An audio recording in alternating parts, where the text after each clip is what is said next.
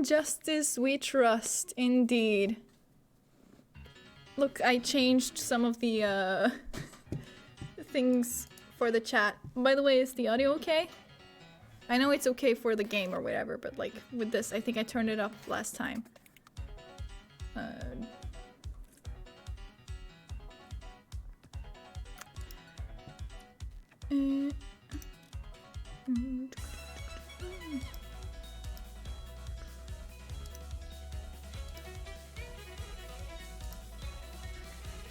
Funky song. I know, right? I love this song.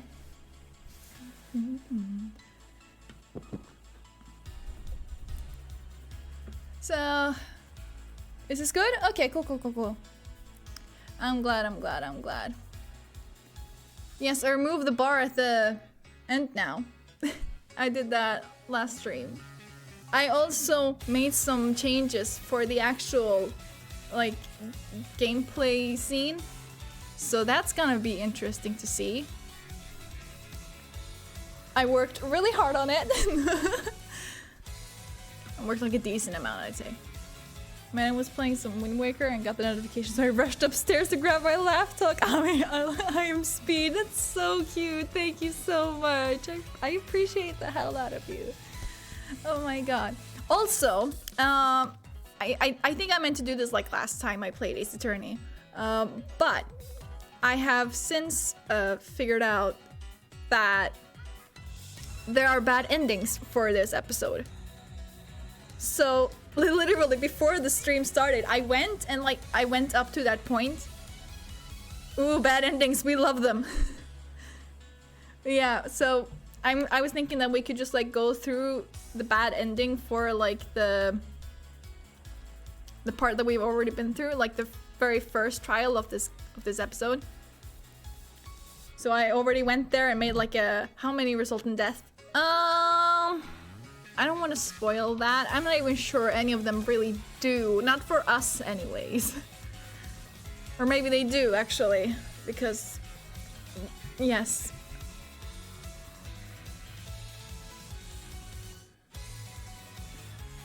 So I can't really see anything in here. Intriguing. Yeah, so I'm thinking like that's what we're gonna start off with today, just like get that bad ending, because I like went and looked if like I did the right thing, and I did. So literally all I have to do is like fail it 5 times and we should be good to go. I even made a new save file and everything. So yeah, nice. Yes, I think without further ado, let's just get into it. God damn it. Look at the chat box! I worked so hard on it!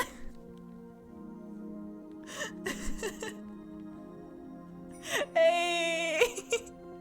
Do you see it okay, by the way? Like, I'm a bit worried that it's like too small or something. It's the chat box! It is, and I'm very, very proud of it. Okay, let's continue. And we see here, I have one down here. This is the one. Alright.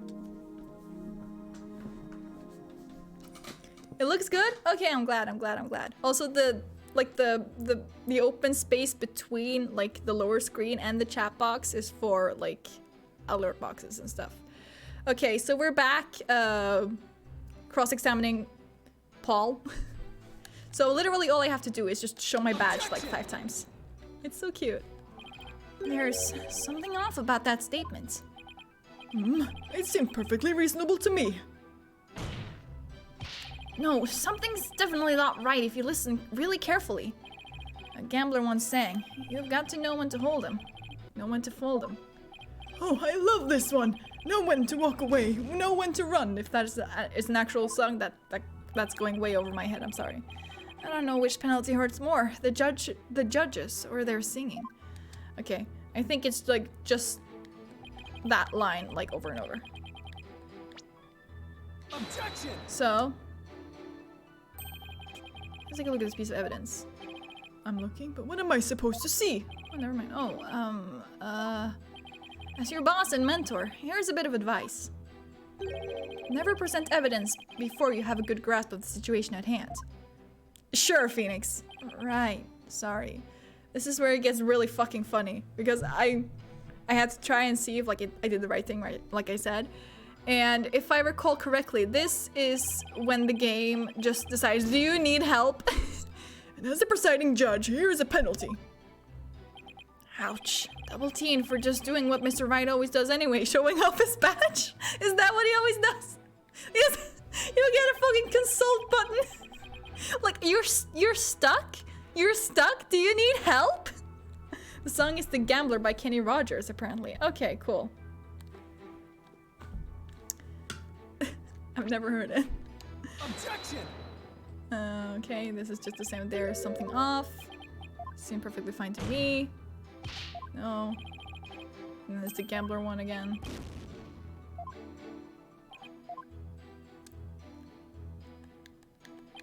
And no, fuck. Whatever. Doesn't. No, I didn't want to consult. No, it was just me. No, I don't care.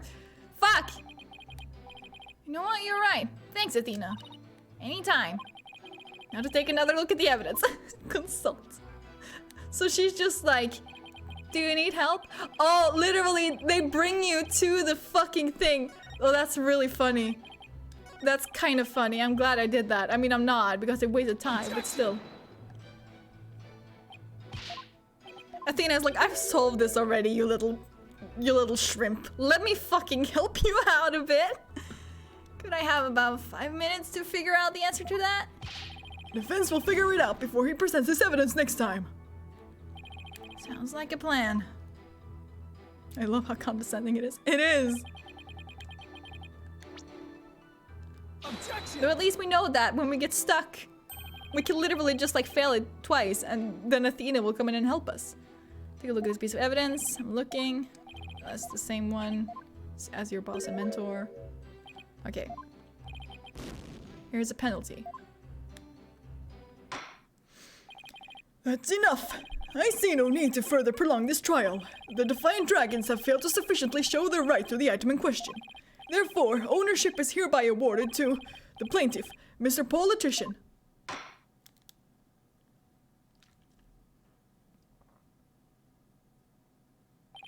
That creep politician stole the Founder's Orb right out of our hands. The dream of revolution in the kingdom of Khura'in died that day, and we returned to our daily lives. As for my relationship with Mr. Wright, the word awkward comes to mind. Let's just say it was never really the same. That's it. That was the bad ending. Woo! We did it! Yeah, let's return. Wow, that bad. At least we did it.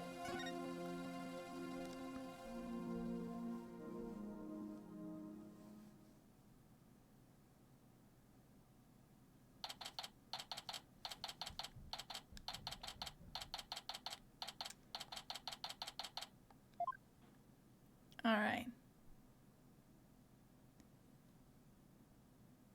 Oh, it's so good that I don't have to think about making that screen bigger anymore.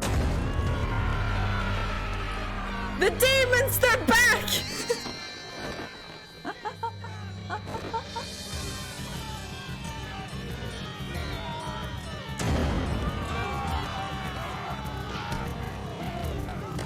We might be able to rewatch some of these cutscenes once we're finished with the game.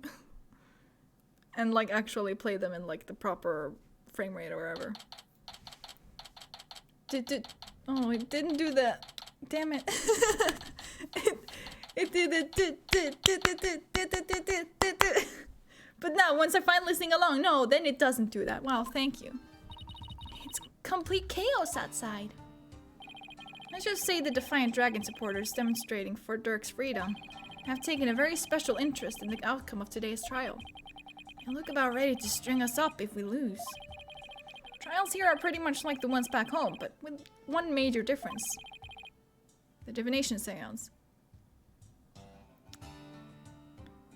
I would also suggest that the fact that if you fucking lose, you will die is a very big difference, but sure. The victim's final memories will become a matter for deliberation. I've heard about that, but they haven't stopped you from winning your cases here in Khura'in. True, but it wasn't easy. Still, the memories of the dead are simply another piece of evidence. There's always a way to deal with them if your client is truly innocent. Well, I know I know Duke? His name is Dirk. I know his name. Well, I know Dirk is innocent, but... I have one more big secret. Apollo, in court tomorrow, you may find yourself faced with a truth that is difficult to accept. But I know you, and I know you can handle the truth, no matter what it turns out to be. I know that because I believe in you. You're my son after all.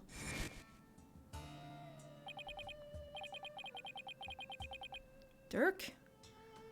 Dirk, what is that secret you're keeping? Hey, AJ! I knew it was you. Here you go, just like I promised.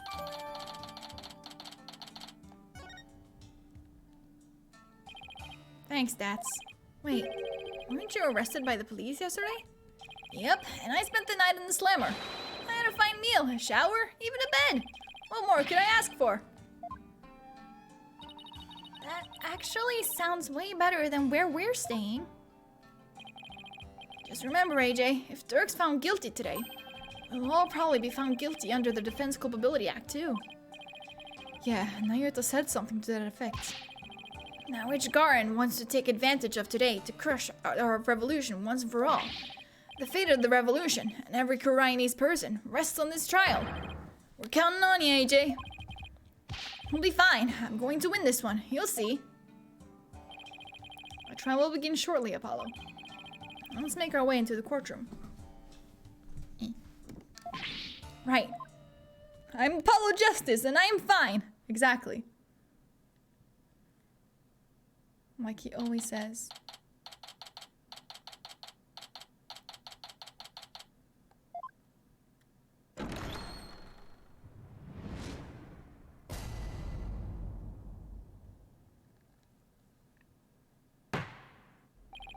The trial of Dirk Stadmadi begin. The defense is ready, Your Honor. The prosecution is ready, Your Majesty. So it's really come down to this. Well, don't expect me to hold anything back, Nayuta. This trial will examine both the murder of Justice Minister Inga Karkul Khura'in and the assassination of the former Queen Amara Sigitar Khura'in. First, I believe we should address the murder of Minister Inga. Would that be acceptable, Prosecutor Satmadi?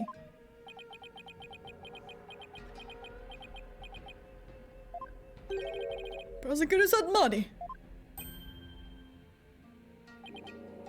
Oh. Okay. Interesting. Why is he so silent? Yes, of course. Please proceed. What's with him? How very unlike you, Prosecutor. Is your mind elsewhere this day? Not at all, Your Majesty. I'm curious to see the divination seance. Yeah, me too. I don't remember, like, almost anything of this. Are you really going to be able to go through with this, Nayuta? Well, Prosecutor Sadmadi, I would be remiss if I failed to voice a concern of mine. I have heard mentioned that you are son of the accused Dirk Sadmadi. Nothing at all is going on in my mind. It's just my father on trial. You know, big deal. No big deal. Like, just a regular Tuesday, you know, just... You have heard true. Does that fact pose some sort of a problem, Your Majesty? A father being prosecuted by his own son? Could one possibly deliberate such a case without having personal feelings intervene? Yes, without question. Can he really handle this? Even if it is Prosecutor Sadmadi going against his own father is just... How can the son of a criminal even be a prosecutor in the first place? Dirk? Fellow citizens, you would do well not to underestimate my son. He's not one to allow personal feelings to interfere with the execution of his duty. Isn't that right, Nayuta? I will not stop until my work here is done. See? So all you doubters, just sit back down before you trip over your own stupidity.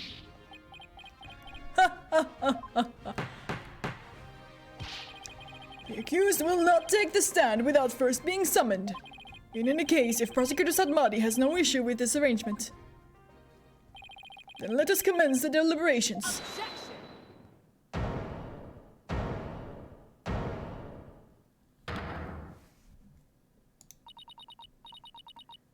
One moment, if you would. Your Eminence. Your Eminence, what brings you here?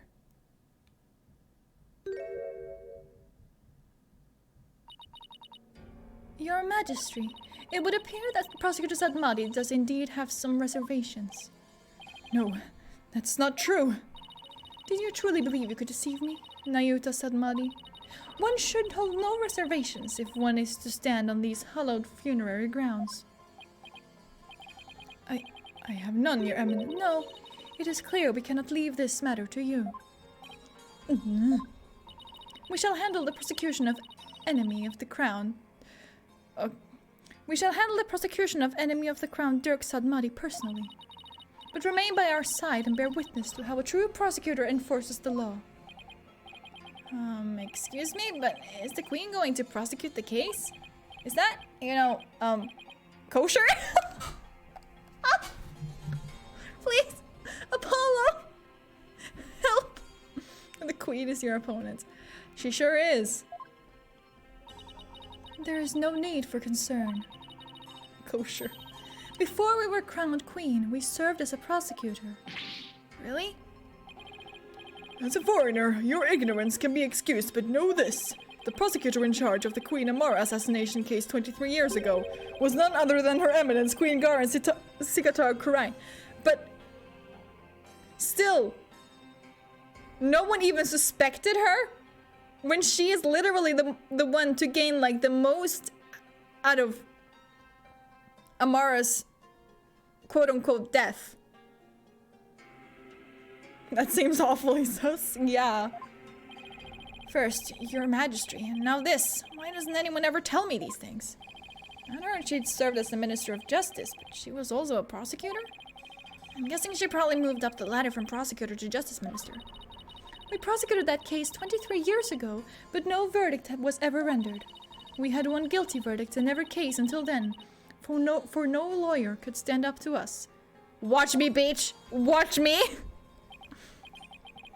Oh, I am at a loss for words. To think I would once more bear witness to Her Eminence at work in the Hall of Justice. Our first trial in 23 years.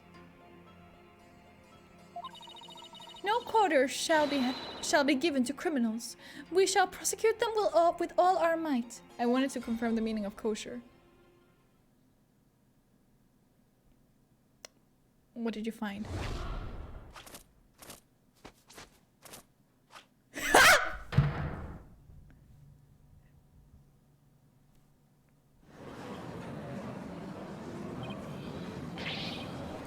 Hi, Eric! What's up?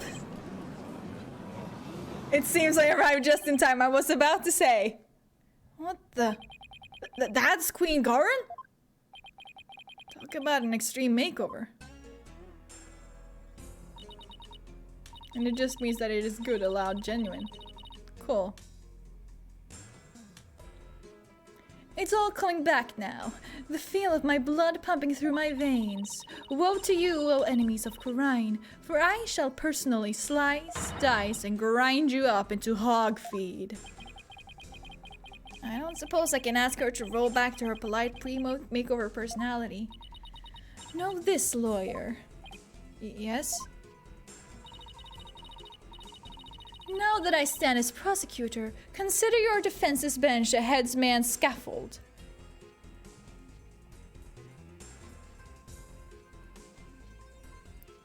Yeah, that's but the part that got me was that it followed up with things that are kosher can be eaten by Jews. Yeah, that's what I was like thinking too, but like I couldn't remember like what religion it belonged to. I knew there was like one that had like certain things were like kosher, So the queen can safely be consumed by Jews? I don't think that's how it works. If you wish to leave any last words, I advise you to start thinking of them now. While you still have a head with which to think, that is. She's dead serious. Now it is time for the divination seance. Rafa, come forth.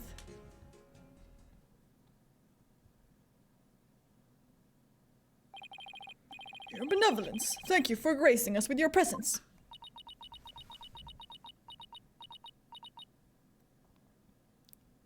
Was she dressed like this for the previous trial? Who was?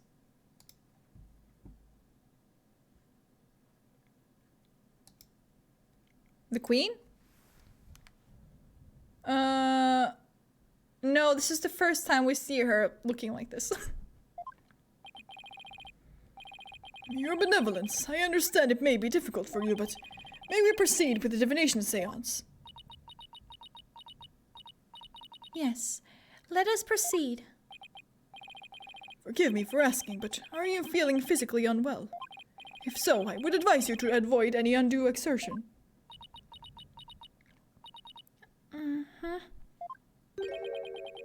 Because that is one evil outfit, and I feel like she would be suspected wearing that to the murder trial of her sister.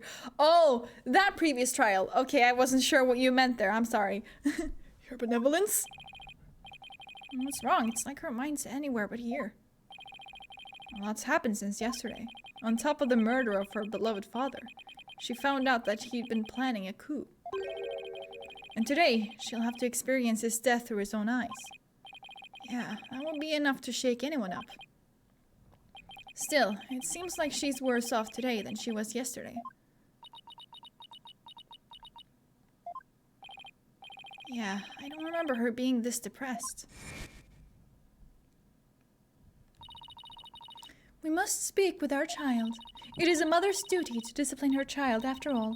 Now, if you would excuse us. Discipline? Coming from her, I don't like the sound of that at all. Yeah, considering this fucking witch standing in front of us right now, no thank you. Wait, Karen didn't do something to her, did she? Your Eminence, about today's divination seance, as I understand it, the prosecution has yet to review its content. Is this divination from protocol a part of your plan? Prosecutor Sadmadi, would you care to explain your actions? Your Eminence, the accused was caught at the scene of the crime. Therefore, I deem no seance will be necessary for such a clear-cut case. Sir, please, use your brain. It's like the tragic widow wearing such a long pink feathery gown when the police come to question her about her husband's untimely death. Yeah, exactly like that. This animation, I remember it so well. The way her fingers move. It looks so smooth. I love it. You and your bleeding heart. You seek to spare Rafa the trauma of witnessing her father's death. Oh, okay, you know what? Maybe he's not that dumb after all. Is that why you have done this? That is creepy, but so smooth. I know, right? Not at all. You are concerned for me, Prosecutor Sadmadi. That's oddly compassionate of him, all things considered. Your Eminence, your Majesty, regardless of what is best for her benevolence. This case is blessed with a bounty of incontrovertible evidence, so I believed we can reach a swift verdict without devoting precious time to a seance. You have a point. Personally, I would like to spare her benevolence any undue misery. Experiencing the murder of a loved one is a burden no one should have to bear. Prosecutor Sadmadi, your Majesty, can this trial truly proceed without divination seance? I can't blame her for not wanting to experience her father's murder firsthand. Your Eminence, what are your feelings on the matter? Shall we have her benevolence return home for some much-needed rest? We shall not. You fools spoil her with your feckless words of compassion.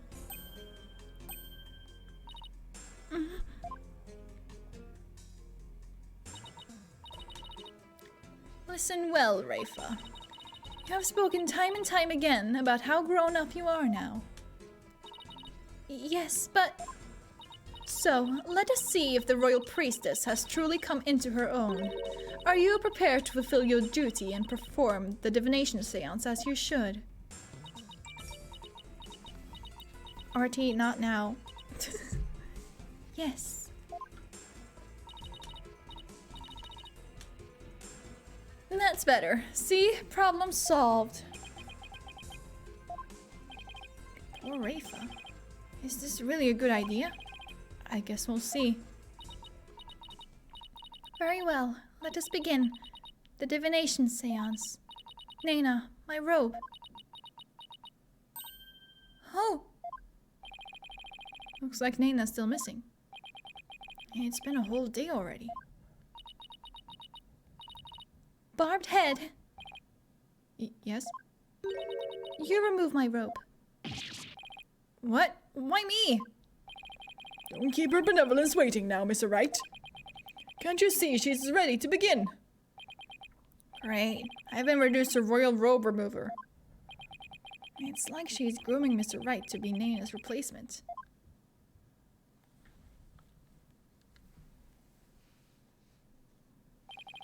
Very well, Your Benevolence. Please start when you are ready.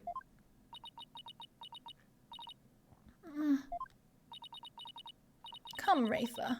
You know what must be done. There is no turning back now.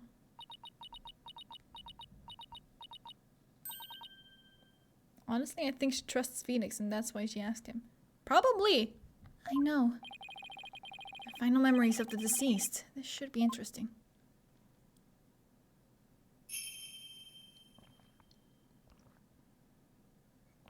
O Holy Mother, we hold this divination seance in your name. Let the eyes of everyone here be clear, and our ears be unstopped. O dance of devotion, guide the victim's soul to me, so that we may receive their final memories in the pool of souls. That's actually kind of wholesome. Yeah, it is.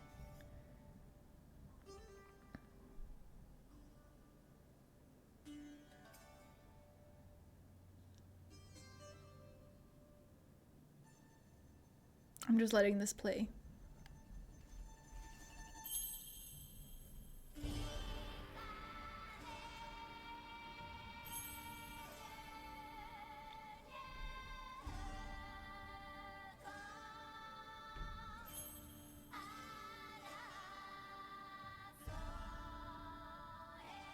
I never skip this cutscene.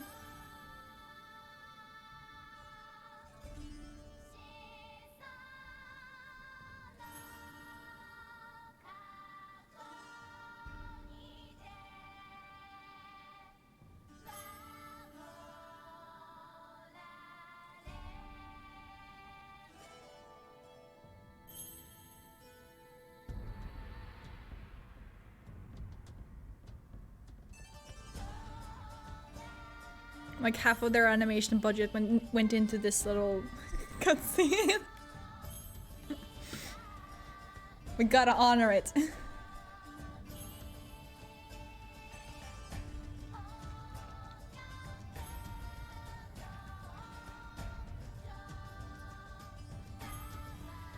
Like I'm not like the biggest fan of the 3D models because they look kind of wrong. But they look better than the Zero Escape 3D models. In any case. So I wonder if she just jump rope skipping with that band when she's bored. And maybe she does. In secret.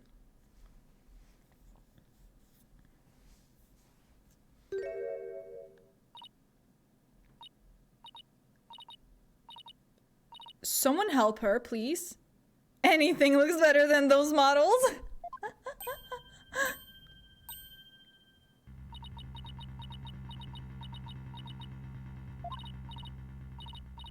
Rafa, what the hell is happening?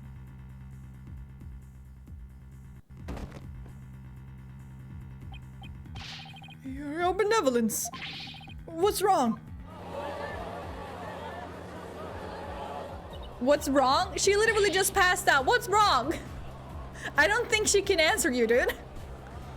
This is unacceptable. Bailiff, take her benevolence to the first aid station at once. This is not good.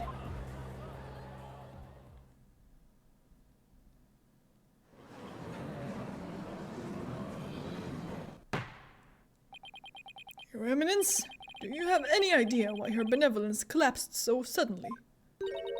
It seems she was not ready for what the deceased was to reveal. It overwhelmed her. Her inexperience and immaturity left her ill-prepared to face her father's death. Wow, Mother of the Year much? Damn. And she said she could go through with it. How very disappointing. I know someone who's not winning Mother of the Year ever. Damn. Me and Apollo were on the same wavelength. I mean, of course Rafa's going to be overwhelmed. She's still just a child. Damn right, Apollo. It seems we have no choice but to move on to witness testimony. Your Majesty? Oh, yes. Let us proceed. Bailiff, summon the first witness if you would.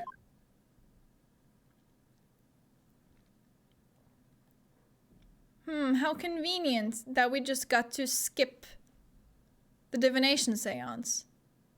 How very convenient. Is this not the accused? It is indeed. I thought I would give him the opportunity to plead his case. For true justice is more than an unilateral presentation of the facts by the prosecution. That seems uncharacteristically fair of her, I can read. However, should the accused fail to produce convincing testimony, he, along with his cabal of traitorous lawyers, shall immediately be found guilty, and their heads will roll from their shoulders. What? I should have known there was a catch. Apollo. I'm pretty sure we've talked about this the entire time. How did you not know? Your court, your rules. Same as it always was, I see, Garin. Now then, Mr. Dirk Sadmadi, if you could enlighten us as to what happened. Well, I would, if I could.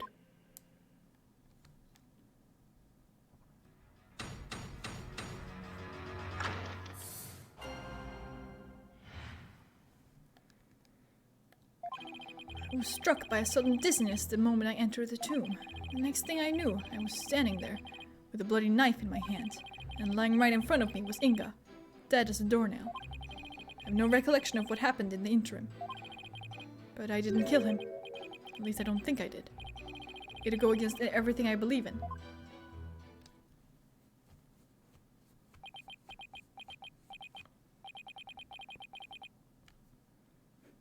Imagine just showing up to court and being like, I don't think I killed this guy.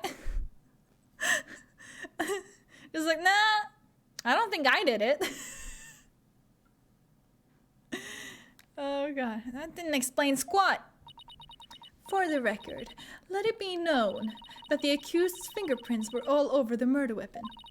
And since he was caught in the act, there was no chance for a third party to tamper with it. Well, that certainly seems to point the finger at you, Mr. Sadmadi. I love the convincing I think part. I know, right? Even as a lawyer, I have to agree with you there, Your Majesty. Ha ha ha ha. Seriously, Dirk? This is no laughing matter. This is exactly what Garin wanted. To have Dirk try to plead his case, only to fail miserably. How low can she go?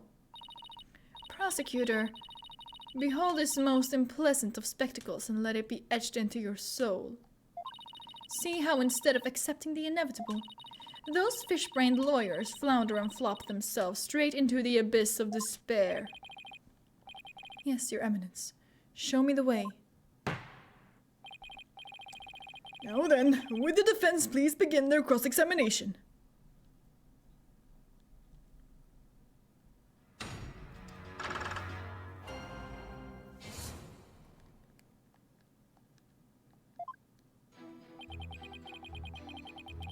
Struck by a sudden dizziness the moment I entered the tomb. Let's just press everything, I guess. Hold it! You were struck by a sudden dizziness. Was it because of his illness? Is that something that has ever happened to you before? Can't say that it has. Maybe age is catching up with me. I'm no spring chicken after all. That's not the issue here. A most cunning excuse, one befitting an insidious insurgent.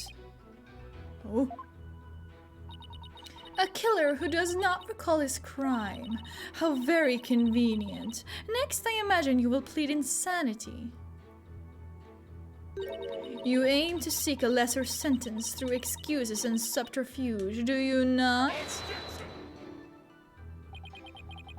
Don't make me laugh, Your Benevolence. How dare you? I'm merely stating my innocence. I have no intention of offering excuses. It's your baseless speculation I would decry as foolish. You deceitful witch. Hell yeah, Dirk, fucking tell her. Is it your wish that I should claim your head right now in this very hall? Well, that would certainly speed things along. Dirk, why don't you let me handle it from here? And if there's anything you need to say, you can say it through me, okay? Anything to stop you from needling the queen. Next time you have an objection, you'd better have some proof to go with it, Dirk.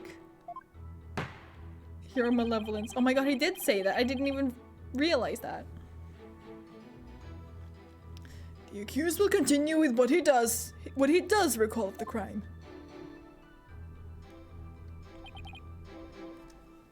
Next thing I knew, I was standing there with a bloody knife in my hand. Let's press that. Do you recall anyone putting the knife in your hand, Dirk? Wish I could say I did, but I don't remember a thing from before I came to. I think there might have been a third party in the tomb, son. Yeah, because if you didn't do it, then the real killer must have been there with you. Objection!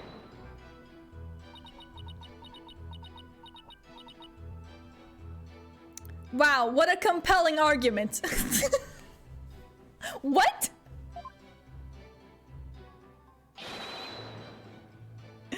You don't know what to say, so you're just called the guard. What the hell? Ma'am, fucking sit down, okay? What the hell are you doing? You called, Your Eminence. Does she go anywhere without those goons? Was there a third party in the tomb when you were securing it? No, Your Eminence. We searched high and low, but found no one of the sort. And there you have it. Alright, they did search the place. Furthermore, my guards had the entire tomb surrounded, so there was no way for anyone to escape. That's right, no one got in or out without our knowledge. Her Eminence's on-site directives were absolutely flawless. Garon, that's it.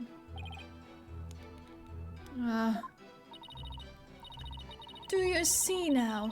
The presence of a third party is beyond the realm of possibility. Secret tunnel through the mountain, secret tunnel! The tomb was, for all intents and purposes, completely sealed off from the rest of the world. Okay, hold on, let me see what I have. Wait, we're photo of my father, the autopsy report, the tomb diagram, photo of Inga's body, the gemstone, pink butterfly pendant, mysterious bloodstain, painkiller shots, Inga's notepad, woman's photo, channeling photo, Albie's statements. At around 2 p.m., Dad stepped out of a bizarre manhole. Got yelled at by a dog and a warbod. then threw a firecracker. The shocked look on Alby's face had dots and stitches when the police came along and detained the rebel. The noise spooked Shadow, who ran off. When Alby caught up to him in the courtyard, Shadow had what looked to be Nina's hat. Okay. Amara's assassination file, Dirk's lawbook, Dirk's badge, and the Founder's orb. Okay. What a waste of time. Can it be any more obvious? Dirk must be the killer. Thanks for nothing, gallery guy.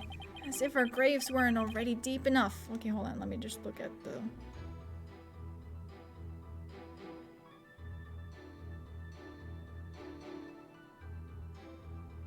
I think it's like not until later into the trial.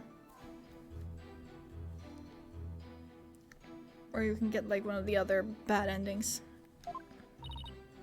Accused, what do you believe about the possible presence of a third party?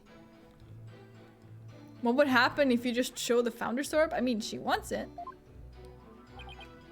You're right, but I don't think that's how it works. But you have a point. Though I should probably like hang on to it for now. Or God knows what's gonna happen. I mean, I guess nothing is actually gonna happen, but hypothetically speaking. Well, based on the situation you presented, I'd say the chances are slim to none. You didn't have to agree with her, Dirk. Let the accused's statement be added to his testimony. Very well, Mr. Sabmati, if you would. It's like the more we press, the thinner our case gets. Well, let's keep pressing, and maybe we'll work out the wrinkles in it too.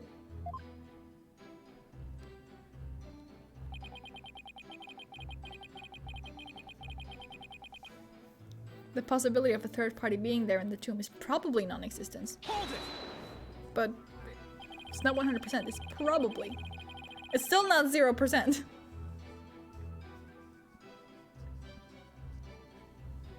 We can't prove you innocent without at least the possibility that a third party was there. And the possible in the impossible, son. That's just what a lawyer's got to do sometimes. Isn't that right, right? Ha ha ha ha ha. Who, me? Yeah, you could say that. I've seen more than my fair share of trials like that. You'd start with no viable evidence, useful testimony, or any hope of winning. But through cold sweat, desperation, and a little luck, I always managed to pull them off.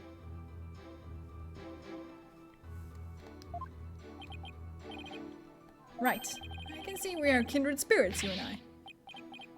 Ha ha ha ha. Jeez, taking cases like that must shave years off your life. If that were true, I'd be long dead. Find the possible in the impossible. Can I prove that it was at least possible that there was a third party there? Dirk, what did you see at the scene of the crime? Let's see, I came to. Lying right in front of me was Inga, dead as a doornail. No recollection of what happened in the interim. But I didn't kill him. At least I don't think I did. It'll go against everything I believe in. Yeah, cool. Hold it! Let's see. You stated that he was as dead as a doornail. How can you be so sure? Or is it gonna be the same as the case 23 years ago? Where there was no one else, but there actually was 23 years ago. Oh, that one! That was like 23 years ago. Oh, you mean... God, I was like thinking to like an old case that we've already played. And it was like 23 years ago? It's pretty easy to spot the difference between a soulless man and the soulless shell of a man. His complexion and the amount of blood at the scene made it obvious which it was. Watch your words, or you shall join Minister Inga much sooner than expected. You can bow your head before him and seek his forgiveness there in the Twilight Realm. If you still have a head to bow, that is. You bloodthirsty spider. What happened to you? There was still a little love in your heart 23 years ago. You even used to think of me as a brother. It seems you truly do have a death wish. Well, isn't she lovely? Is that really all you've got? Dirk, I'm begging you. Enough of the lip. Shut the fuck up. Just deliver your testimony. Please. Alright, I'll try, but I can't promise anything.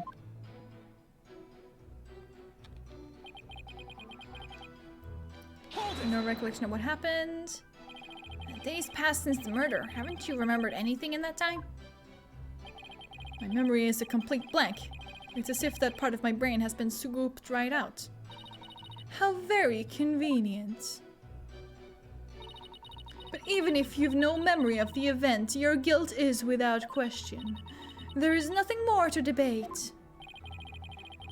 You're forgetting one thing, Garan. I have no motive. So yeah, I was thinking garage. That is, in fact, what I was thinking. Garage, but it's Garan. Garan.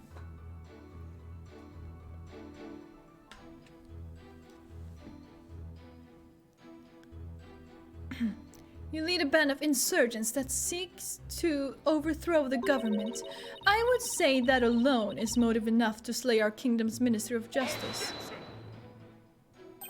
I've declared countless times that I lead a bloodless revolution. I forbid violence and murder, even if some younger members may have a thirst for blood. A bloodless revolution? You wouldn't really have a motive in that case. Is that an important statement? Yes, it is. That was a good important statement. I'd like my client to add it to his testimony. Very well then. The accused will please do as the defense has requested. I don't have a motive for killing Inga. After all, me and my ilk seek a bloodless revolution. Hold it! Close person. A bloodless revolution? Could you be more specific? I'm talking about dragging this pompous prosecutor here off her bloody throne. So go ahead, Garan. Act all high and mighty now, because it's the last chance you'll get. You still speak of rebellion despite the charges against you. You truly are a fool. I will prove your guilt soon enough and display your head for all of Khura'in to see. People will forever speak of you, not as a revolutionary, but as the terrorist you are. You're mistaken, Your Maleficence. It will be you the people will speak of, as a tyrant who was overthrown by her own people. I wonder if you will still be spewing such nonsense before the headsman's axe. Of course he will. I'm afraid I'll still be like this in the afterlife. The spot? I know that's how frustrating this is for an apple pie to Dirk, but I'd really rather go home than to the Twilight Realm after this. He has a huge following. The only thing Dirk's death would do is give the masses a martyr. True.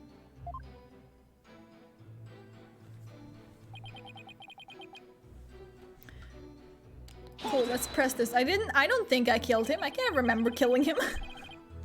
Can you state that you didn't kill him more definitively? And then the revolution would not be bloodless anymore. Yeah. How can I when I have no memory of what happened?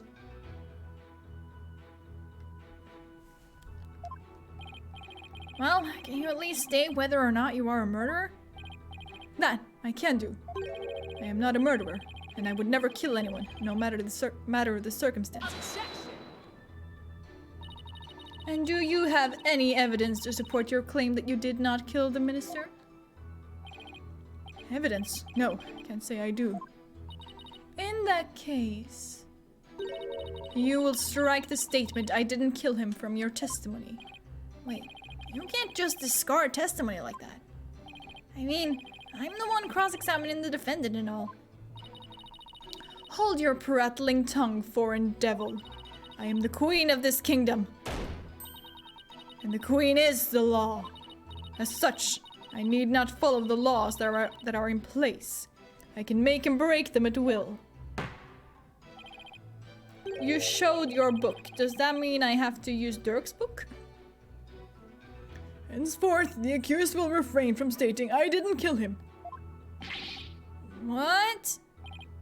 Sure, whatever. It's the Garin show after all. Same as always. That is not how that works. No, I guess there's no evidence that proves I didn't kill him either. Hold it! Dirk, leave the evidence finding to me. Now, please, will you stop agreeing with everything the prosecution says? Alright, I'll stick to the facts from now on. But remember, son, if you truly believe in me, you should be able to prove my innocence. I know you can do it. He believes I'll prove him innocent. Even with all these inconvenient truths? Is that what he's saying? I think Dirk might be onto something. Even the most disadvantageous facts may point the way to the truth. So don't ignore them. Think of them as food for thought. Don't worry, I know. The worst of times are when lawyers have to force their biggest smiles. I need to remember that, no matter how difficult the facts may be to deal with. If only we could establish the possibility of a third party. But does the possibility itself even exist? We don't have a choice. Proving it exists is the only way to start a real dialogue here.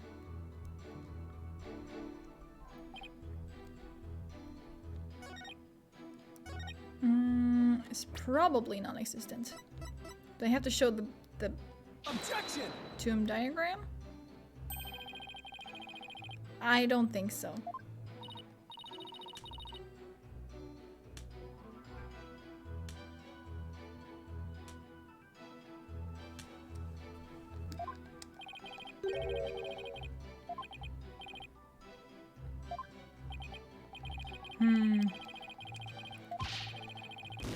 Okay.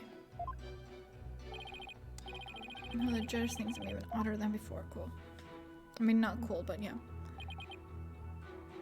I feel like it has to be something with this, right?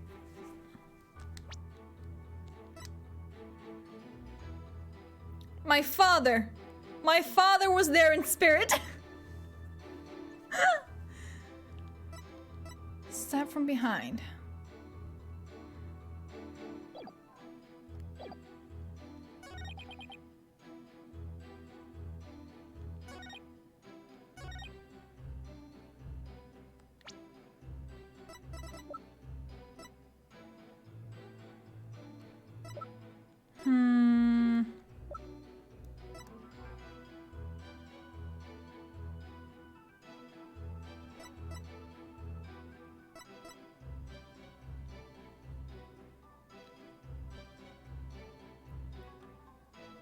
Well, it's caked in soot, so does that mean that someone set fire to something?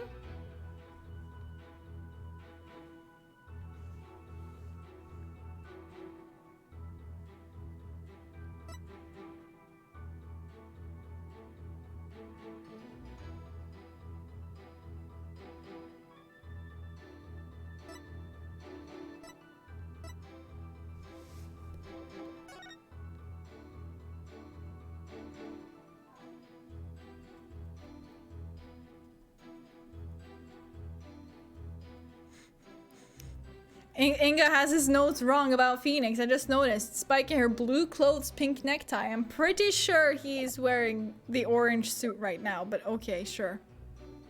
Let's go with that, I guess.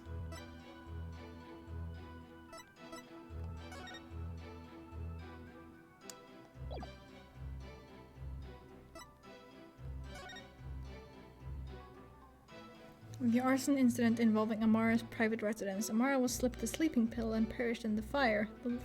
The lighter found at the scene had Dirk's fingerprints on it. Apollo's roving musician father got caught up in this incident and lost his life. He was struck on the head by the culprit. The victim's passport and any pictures of him were burned up in the fire. Without knowing his real name, no divination seance could be performed.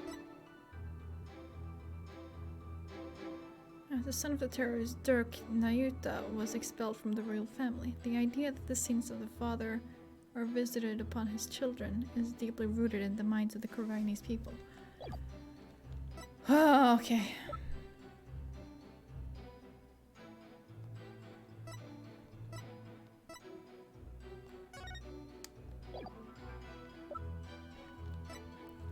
What do you think I should do?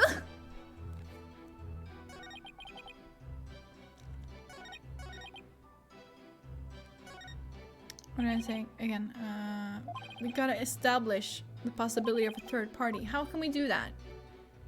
How can we do that?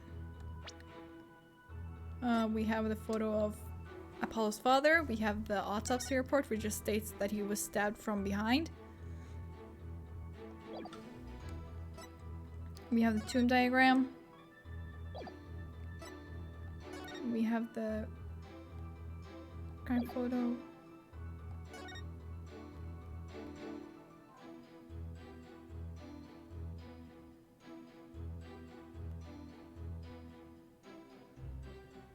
Okay, so hold on. My brain is trying to catch up. He is standing like right in front of the sarcophagus, right?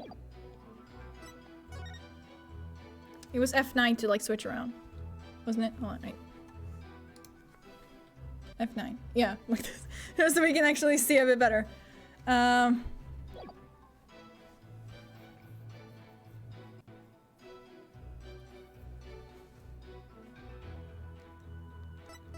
But he was stabbed from the back, right? Stabbed from behind. But the thing that's behind him is the sarcophagus. Is it this? Hold on. Hold on. Wait, let me switch back. Here we go. The possibility of a third party being there in the tomb is probably non-existent. Objection! Nope. That's not it either. That's one of my course of steel voice training exercises. From now on, you shall keep such caterwauling out of this sacred hall. Phoenix, can you? Yes, we can consult with Phoenix. I bet it's just gonna take me to this, and then it's just gonna be like, well, fuck. Should I consult or should I not? I mean, I'm not against using consult right now, because I don't want to cheat. What was the other evidence? Sorry, yeah, I got kind of stuck on this one. We have the gemstone, which is covered in soot. And we have the pink butterfly pendant with the picture of Dirk and Amara. We have mysterious bloodstain and an unidentified bloodstain from Amara's tomb. Oh, it does not belong to the victim. It's this, obviously. Duh. Duh, wrong way, dumb. No, there it was. Objection! It's literally there. Someone else's blood. I don't know which one it is. God, you're so dumb. I'm talking about myself in second person, by the way. Your Eminence, I'm afraid this trial will not go exactly as you anticipated. What is it stuck in? Hold on. My mic just got stuck. Because I can show how there might have been a third party in that tomb. Oh, how very fascinating. Go on, I do so love a good fairy tale. We did a luminol test at the crime scene. We found a bloodstain that didn't match the Justice Minister's blood. I will remind you that neither Dirk nor Miss Faye were injured during the incident. Especially if it has been wiped away. That seems pretty sus. It does. You're right. My brain just takes some time to like warm up to this, I guess. The thing is, this bloodstain we found had been wiped up by someone. What's this? But who would have done such a thing? That's the big question, isn't it? Who wiped up the blood and why? Thinking about it logically, it must be someone who wanted to conceal their presence at the scene of the crime. Oh, and to whom do you suppose the bloodstain might belong? The bloodstain belongs to... the real killer?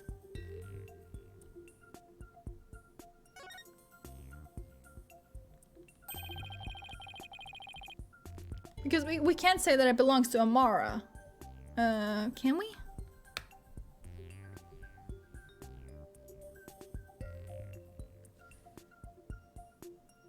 Wait, no, the queen knows that we know that Amara is alive, right?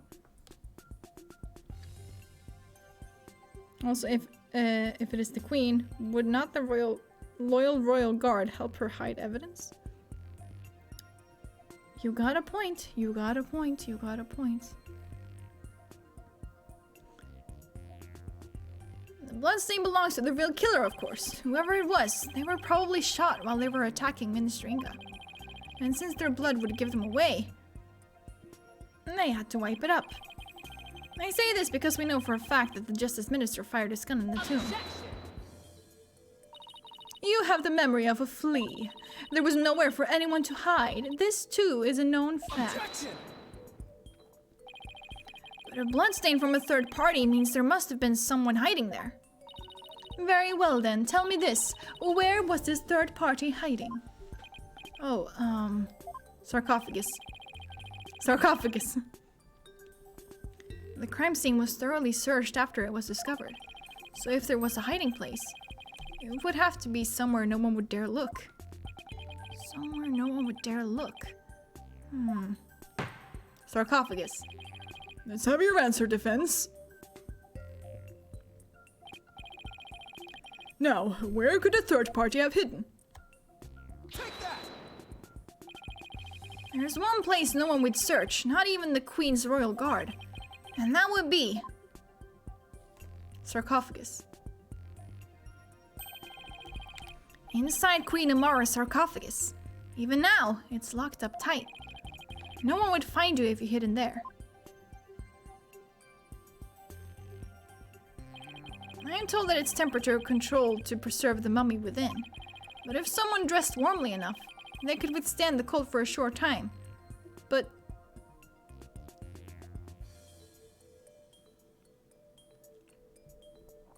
I mean, I guess we don't want to, like, let everyone else know that, no, she is still alive.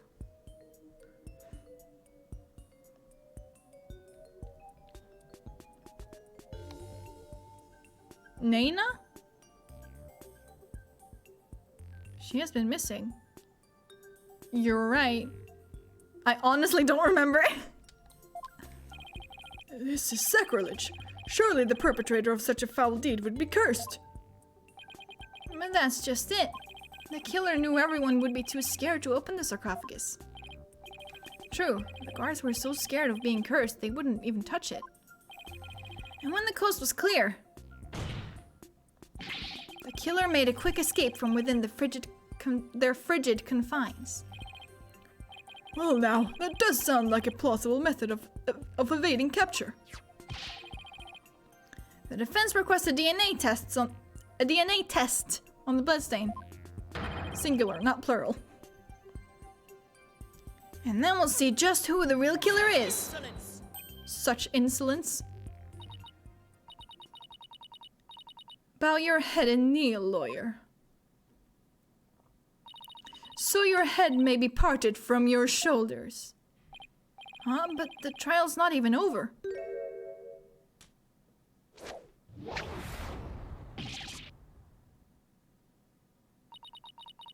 How soon you forget. You are already on the headsman's scaffold. Headsman's scaffold, yeah. As such, I could order your beheading at any moment. All I did was request a DNA test. Apollo's like, ma'am, this is a trial. What you're doing right now is very suspicious. There is no need to request such a test. Royal Guard, bring it forth now. Here you are, Your Eminence. The police have already identified the source of the bloodstain. The DNA test revealed. Why didn't you just say that? Just say, oh, I had the police, or the police already identified the source of it. Instead of just being like, off with his head. Like, ma'am, please. The blood is of the traitor Dirk Sadmadi. What? But Dirk wasn't injured.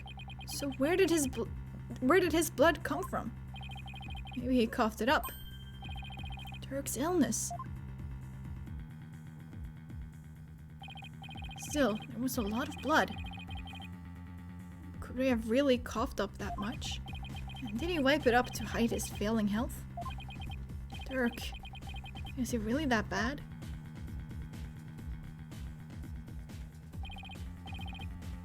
That is a lot of blood. It is. Did the police check to see if it was recent? Because according to CSI, it's apparently really easy to see if if the blood was fresh or if it's been like cooled down or whatever the hell. I guess because of like coagulation and the differences. I don't fucking know. Oh shoot, you got me.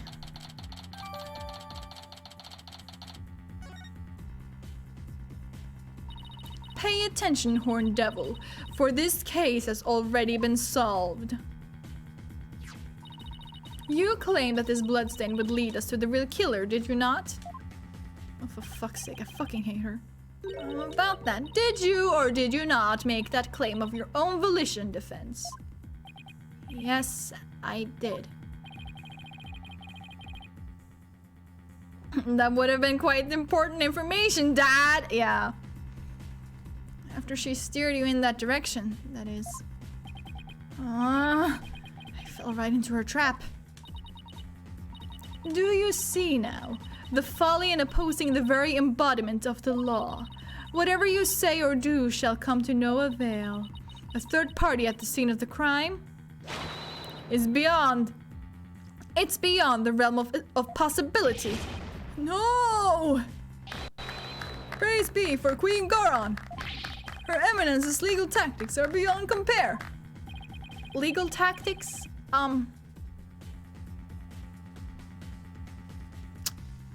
Okay, sure, let's go with that, I guess. I hate to say this, but I didn't read that. Oh no, not the synced clapping. Listen, I'm telling you. They're in Scandinavia. I gotta stop laughing at my own jokes. It's really sad. I hate to say this, but she really got us good. That's what he said, okay. I forgot to read that too. The key to Amara's sarcophagus is under the protection of the royal family. My husband and I are the only ones who could open it. Therefore, it would be impossible for some knave to open it. So, that means that you possibly could have opened it? Ma'am? Can I really discount the sarcophagus as a hiding place, though? What if the real killer is still in there? No, that's just ridiculous. You know a joke is good if you yourself are laughing. Is it though? I often ruin jokes by not being able to say them because I keep laughing. Yeah. Oh, I just want to see like how much longer this is. And we're still in like the first part, aren't we? Yeah. Okay, cool. Relatable. I believe we have rebels and sympathizers in the gallery today. I thought she said synthesizers, and I was like, yeah, hell yeah, fucking synths. It is to you I speak. Have you been listening? Dirk Sadmadi is the one who proclaimed a bloodless revolt.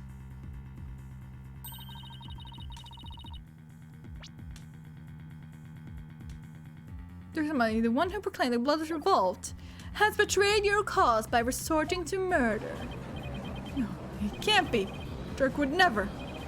There must be some kind of mistake. This case is very long. Yeah, I remember that too. The Defiant Dragons and their synthesizers are starting to have doubts. So this is why Garan allowed us to cross-examine Dirk. By establishing his guilt in Inga's murder. She's effectively damaged his reputation among those who support him. True, but now we have an even bigger problem. And now, filthy lawyers, you will honor your end of the bargain. Accept your guilty verdict for your failure to explain your client's actions.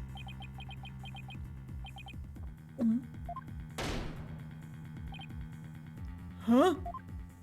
Now, I shall pass judgment upon the criminal Dirk Sabmadi.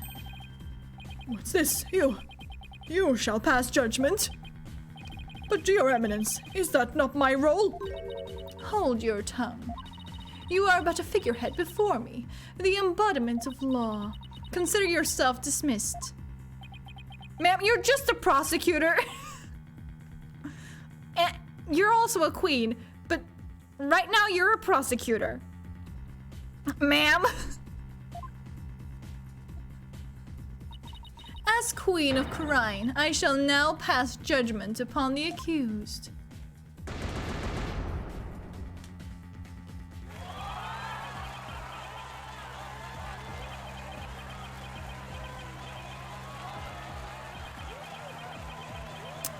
Well,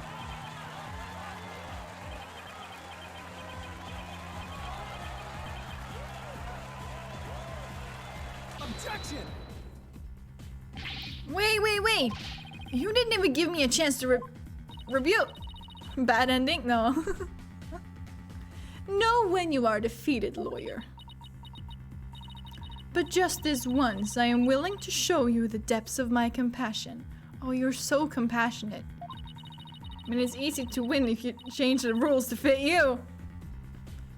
Very true.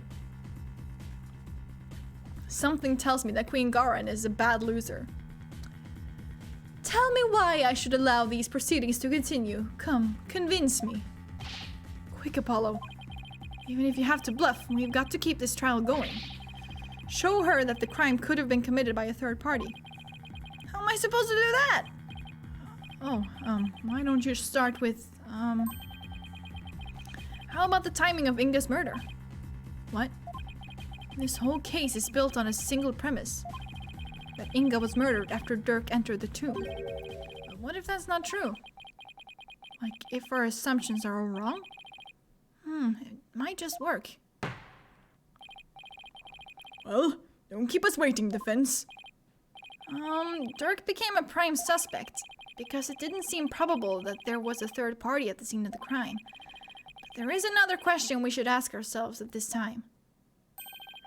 Was Minister Inga really killed after Dirk entered the tomb? What nonsense is this? Setting aside the assumption that the murder occurred after Dirk arrived on the scene opens up the possibility of a third party committing the crime. The question before us is, when was Minister Inga really killed? Before Dirk entered the tomb? Or after? It has to be before, right?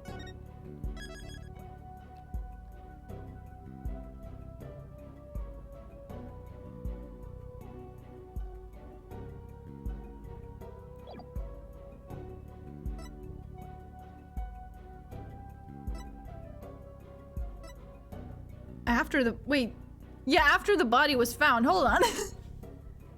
How can he be killed after his body has been found?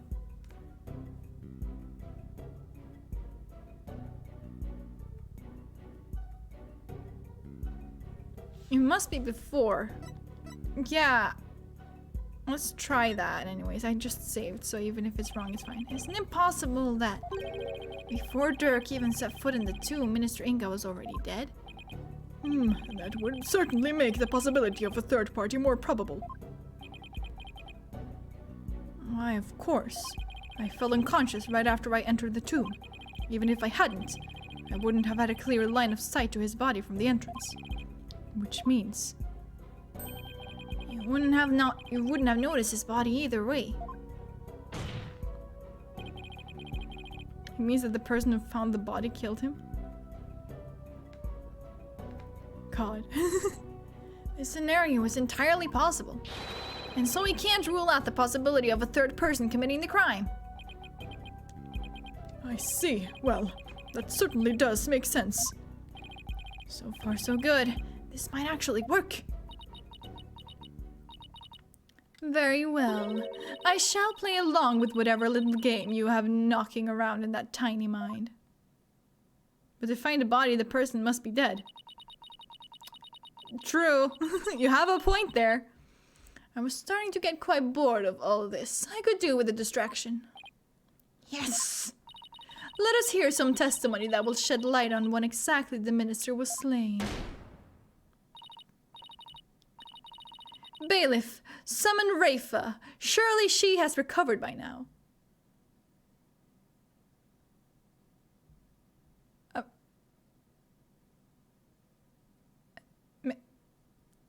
Okay, sure. Sure, let's go with that. Let's go with that. But what about me? Don't I serve a purpose anymore? Oh no, the poor judge.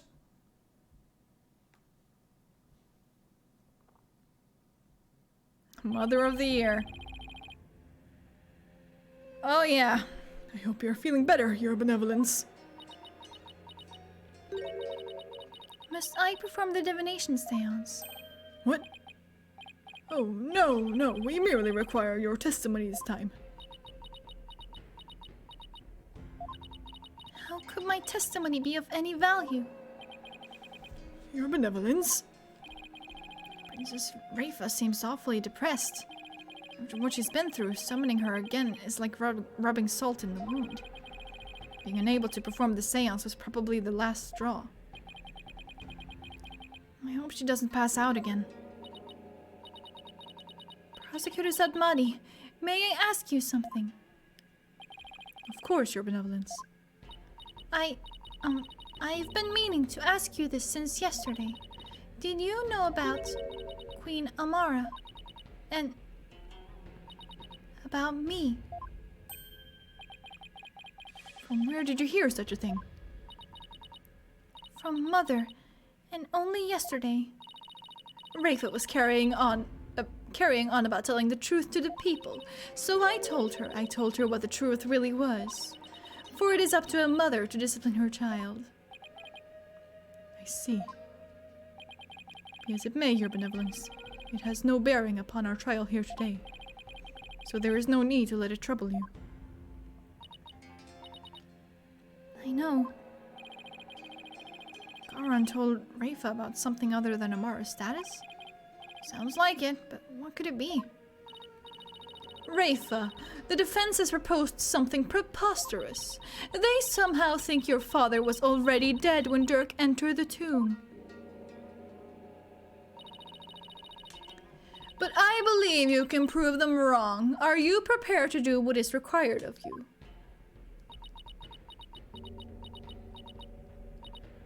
Yes, I am ready to testify.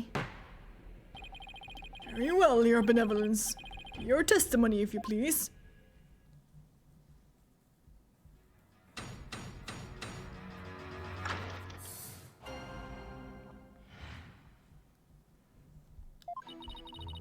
On the day of the murder, I was gazing upon the courtyard from my second-floor veranda. Around 2:30 p.m., I saw my father heading for Amara's tomb. Then, at about 2:45, I saw Barbed Head and company enter the courtyard. I saw no one go in or out of the tomb after my father entered at about 2:30. So, someone could have entered before that. Hello?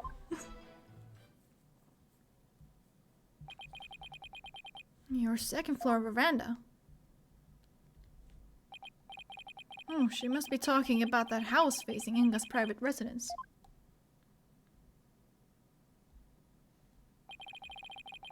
So that's the location from which you saw your father.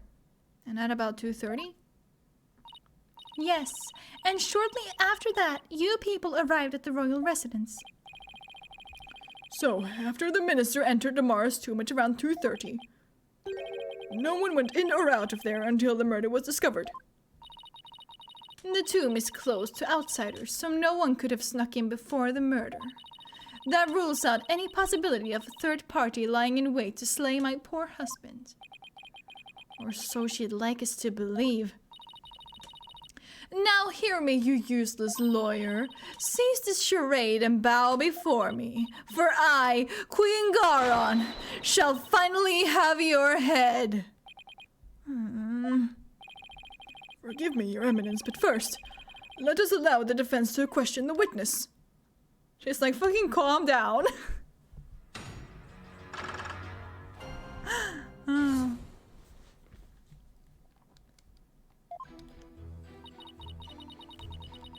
was gazing upon the courtyard from my second-floor veranda. Around 2:30, I saw my father heading for Amar's tomb. Then at about 2:45, I saw Barbed Head and company enter the courtyard. I saw no one go in or out of the tomb after my father entered at about 2:30.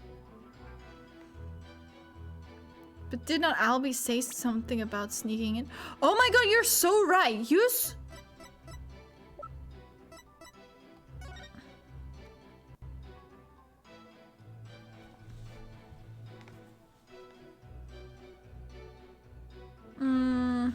Alright.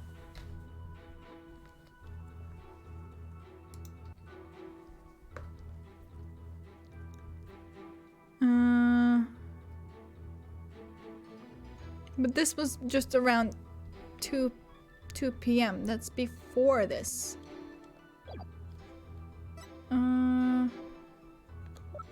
Right.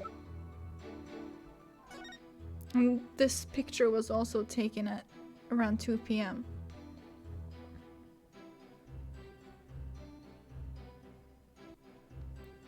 So that does not contradict what she's saying here. But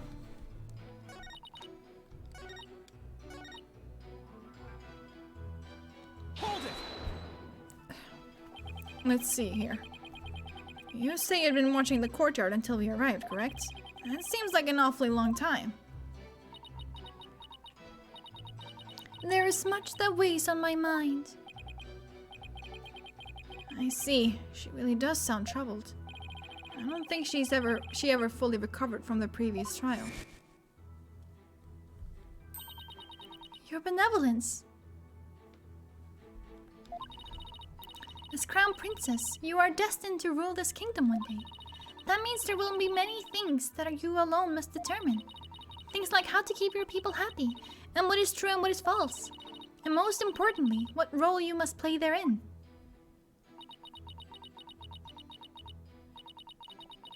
I wonder if I am even up to the task. I guess it's not easy being a princess. Your benevolence? I'd be happy to lend an ear if you'd ever like to talk.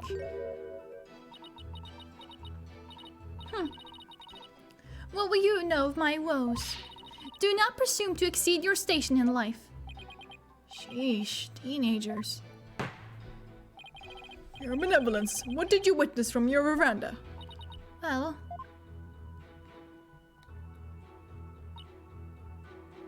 Hold it! did your father seem different or troubled in any way? Let me think. Oh, there was one unusual thing. There was? Yes, a shriek emanated from within my father's quarters. After which I witnessed him bolt outside, his countenance drained of its usual color. He screamed and was looking pale? What do you suppose happened? I know not. Perhaps he had a bad dream. Maybe it was a nightmare about being raked over the coals by the queen.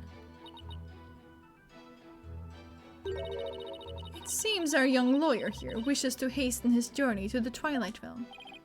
Sorry, that was rude of me. Does the defense believe the witness's last statement to be important? I believe it is. I would like the witness to add it to her testimony. Sure. My father let out a scream and came dashing out of his room, his face pale. Hold it! And why do you think he screamed? Was he surprised by someone who didn't belong there? Did anyone else come out? I didn't see anyone else, just my father. That last statement was seriously lacking in conviction. Should I press her on this? Press softly? Your benevolence. Yes? This incident was a real shock to us all. It must have been really terrible for you, but I want to let you know. I know how you feel. Please stop. You presume too much. It's times like these that you need something to take your mind off things. How about we all go on a picnic together or something? Apollo. That's very sweet, but we're in court right now. I need no sympathy from you. Go on your little picnic alone, Hornhead. Well, that didn't go well. Apollo, you have to take a more aggressive approach with people like her. Yeah, he's probably right. Now, back to my testimony. Okay, cool, then I have to try that again and press harshly. Yeah, exactly. Hold it! Let's see. Press harshly. Your benevolence. Let's have some details. The more the better. Details, you say? Yes, for example, are you sure you didn't see anyone in the royal residence before 2:30? Ah, here it is. Well, is that a yes or no? Foreign devil, I'd been gazing upon the courtyard since about 2 yesterday, yet I saw none other than my father. There it is. There it is. Finally. Oh, if only I had stopped him then. I think you've struck a nerve, or rather, obliterated one. Maybe I pressed a little too hard. Still, that last statement seems a little off somehow. So you didn't see anyone except your father in the courtyard after 2 p.m., huh? Please add that to your testimony, your benevolence.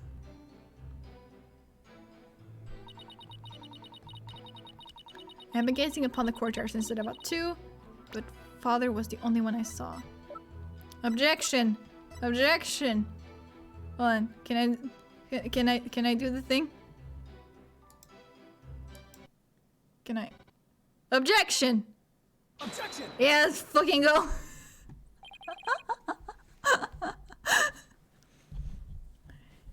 Your benevolence. You're covering for someone, aren't you? Huh? I don't know what you're talking about. Sorry, Rafa, but you're not gonna like this. Well, the thing is, I have a statement here that you might find interesting. It's from a witness who claims that around 2 p.m. his dog got loose and ran into the palace courtyard. That's when the little fellow stole this hat from someone. Huh? That's Nina's. I mean, nothing. Never mind.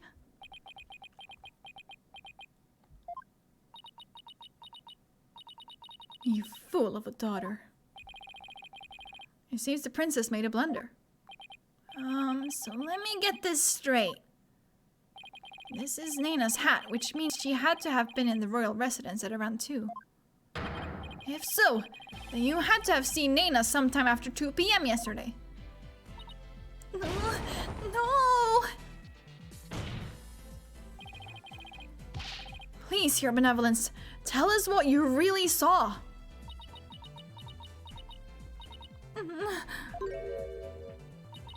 It is as you say, Hornhead. I saw Nina, and I saw that dingbat dog steal her hat from her in front of my father's residence. I knew it. Why didn't you say so in the first place? Because my mother told me not to. Of course she did. Of course she fucking did. What? Would you care to explain, Your Eminence? I requested she withhold said information, for it is of no relevance to this case. Says who? What if Inga was dead for a while and kept in the cold tomb? Like, the fucking monk guy, right? What was his name?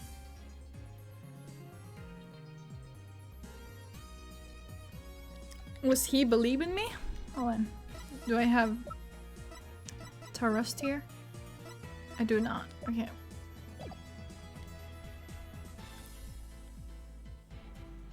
Objection! You don't get to decide. The sarcophagus thingy. Yeah, I was thinking that's what you meant. If you disagree, then prove that it is irrelevant to the case at hand. Oh, I will. Your benevolence, please tell us everything you witnessed when you saw Nana. All right. When I saw that dingbat dog attack Nana, I ran to help. I raced from my second floor veranda down into the courtyard.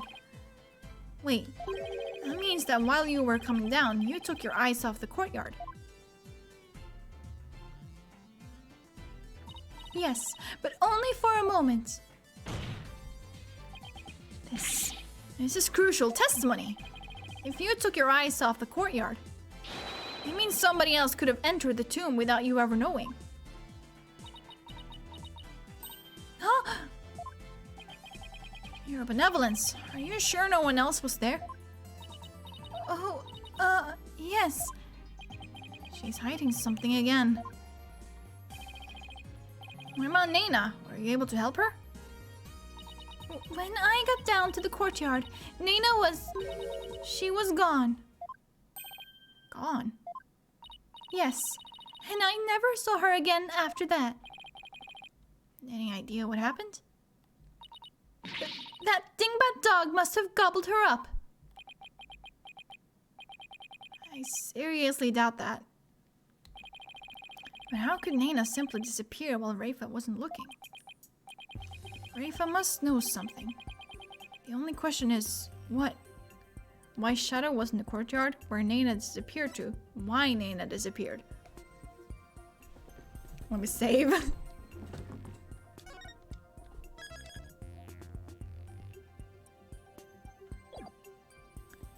Rafa must know something. What does she know? Why Shadow was in the courtyard? I mean, we also know that, so that's, I guess, where?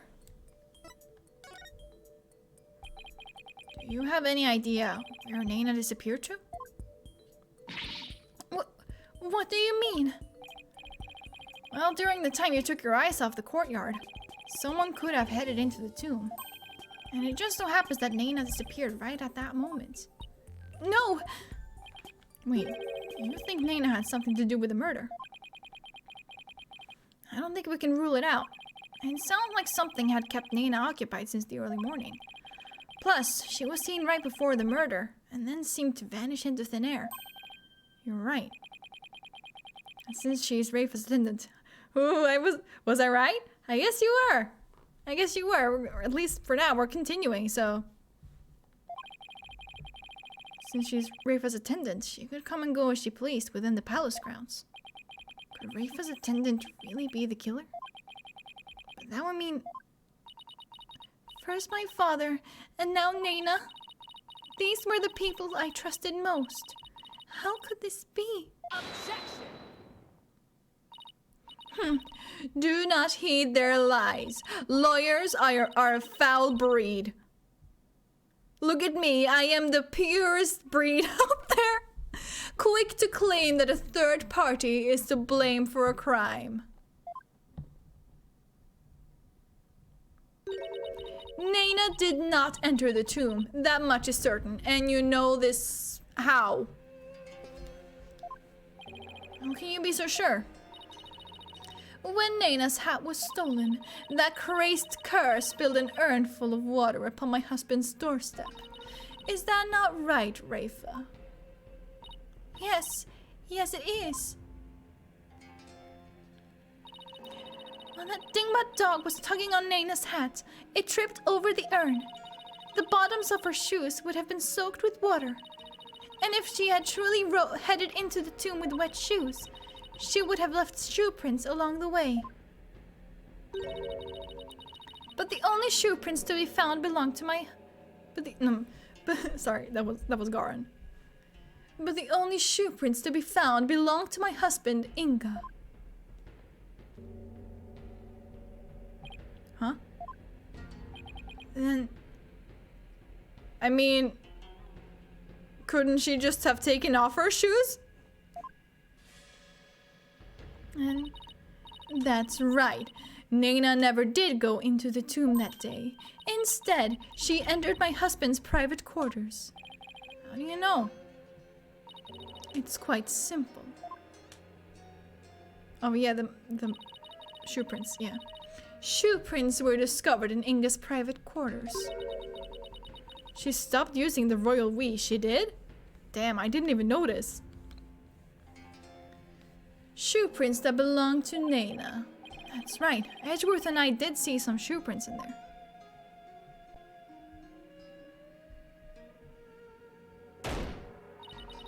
Now, do you understand? Naina could not possibly have gone into the tomb. Oh, it's my husband.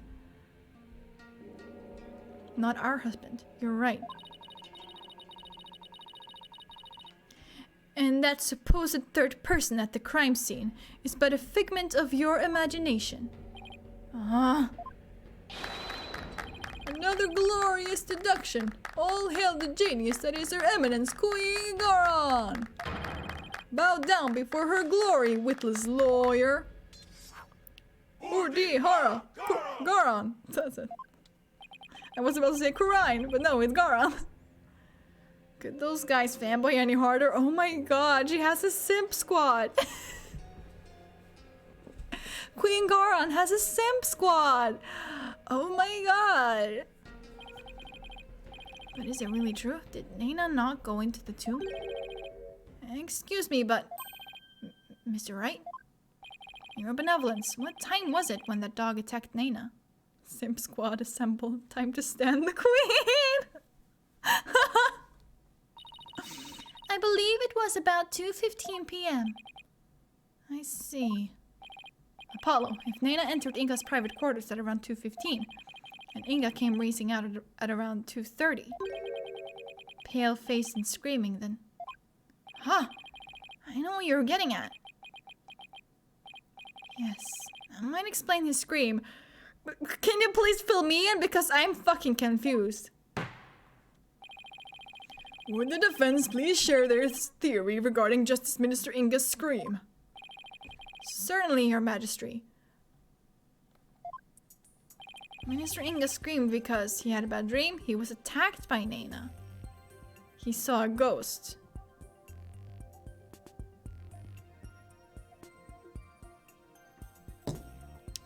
Did she stab him and he just ran all the way to the tomb? Maybe. Let's just save just in case.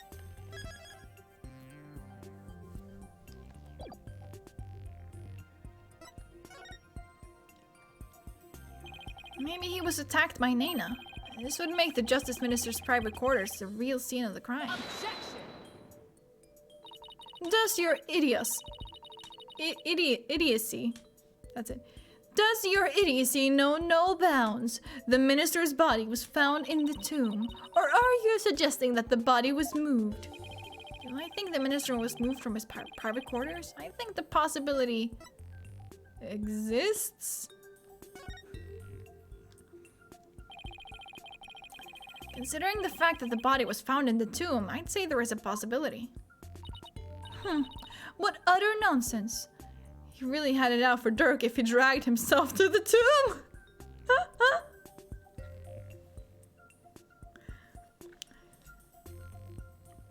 Very true. Rafa have been watching the courtyard. Yet you would suggest that someone could have transported the body unnoticed. You have a point there. In that case, I'd say there's no way that the body was moved. After all, there wasn't an awful lot of blood in the tomb. I understand if the scream was in reaction to Naina's attack, but Inga died in the tomb. You need to explain how those two realities could coincide. How are we supposed to do that? Oh, maybe where he was stabbed and where he died were two completely different locations. Limping and dying. Whoa, this will really rattle Dirk! Like, oh, I got him now! Oh my god! Oh, my back! Hold on! I'm almost there!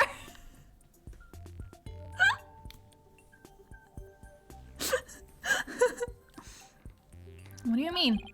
It's just, let's look at this as simply as possible. If the minister's body wasn't moved, he might have been stabbed by Naina in his private quarters, but then died in the tomb.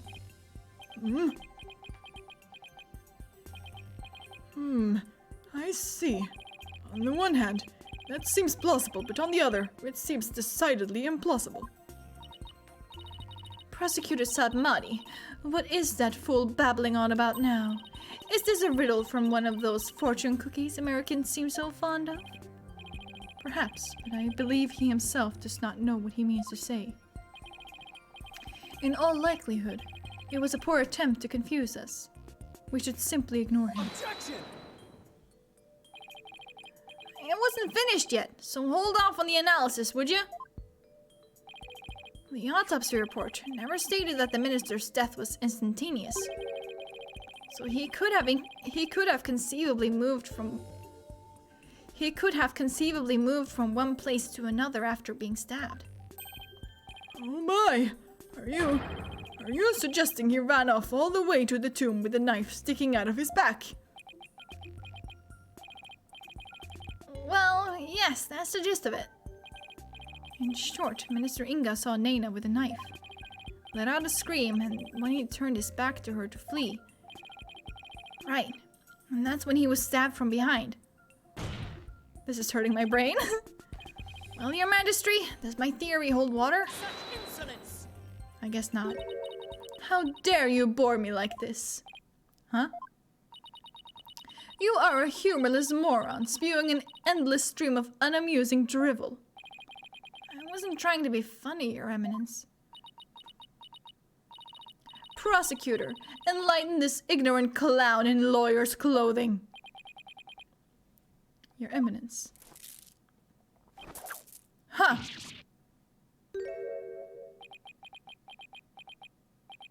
When the painkillers he used disguised the pain. Ooh, now you're onto something. Nayuta? You dull, slow-witted, putrid-minded lawyer. Perhaps you would be too stupid to notice you had been stabbed in the back. Well, the Queen and Von Karma would get along really well. Yeah, I keep thinking of Von Karma, to be honest. But a normal person would have noticed due to the excruciating pain. No, hold on.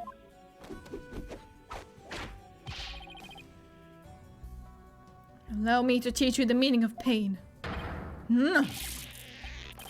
Please stop! Nayuta has a point. Normally most people would notice a dagger in their back. Oh yeah, I doubt someone could ignore pain like this. Still, in this case, it's the word normally that we should emphasize. Apollo, take another look at the court record. Right, there must be something that explains this. There's a reason Inga didn't feel any pain, and the defense will submit evidence proving just that. Very well, please present your evidence. Why didn't Justice Minister Inga notice that he had been stabbed? Where the hell are they? Here they are. Oh, they are for his back pain too. Okay, I was like, but... No, yeah, that does make sense. Those are my father's painkiller shots. Because I was thinking just like, I guess it depends on like where you inject it. Right? Because,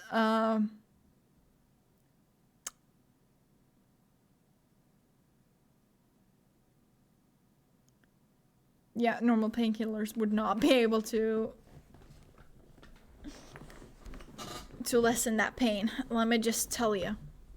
I remember because I once had a surgery, and once I got out, I kept asking for painkillers every 30 minutes.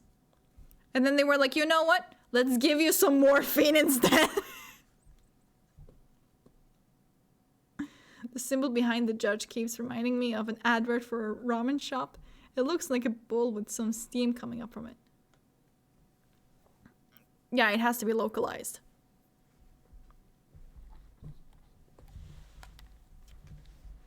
But also, like, how would he himself inject that into his back? You know? The defense will explain the significance of this evidence. Minister Inga suffered from terrible back pain, so he often injected himself with these. Where? How?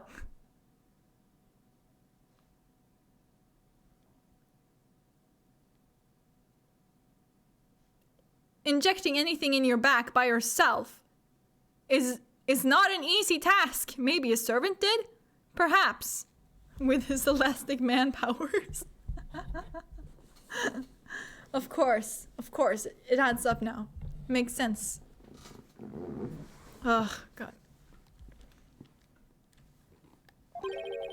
We're told that one shot in the back would make all his pain go away.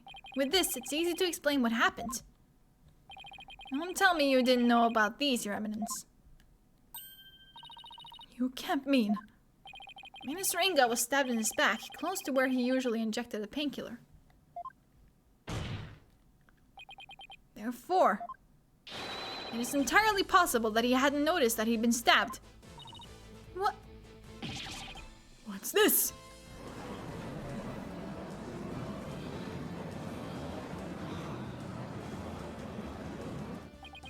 Then... Are you suggesting Justice Minister Inga really ran off with a knife protruding from his back? Hold on, wait. Do we have a picture of, like, where he was stabbed? Like, down there. That's, like, the middle of his back, right? Do you know how fucking hard that would be? Like, sure, you can, like, get there, but, like, you have to, like... You don't really, like, have a lot of excess skin there. If it was, like, up, like, by his neck or whatever, he could, like, squish it all together and, like, inject it that way. But, like, it will be so easy to just, like, inject that syringe. It's possible. It sure is possible. I'm not saying it's not possible. I'm just saying it wouldn't be as easy as you would think. Because you have to, like, hit it, like... You have to hit it pretty good. I don't know. But there are some people out there who are just like, no, actually, I do this every day. It's very normal. It's very possible. And I'm just being here like, no.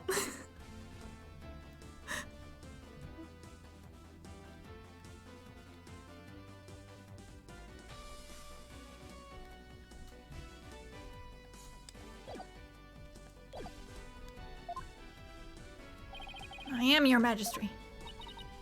So then, when I saw my father, he had a knife sticking out of him. I mean, with that cape of his, I couldn't see his back very well.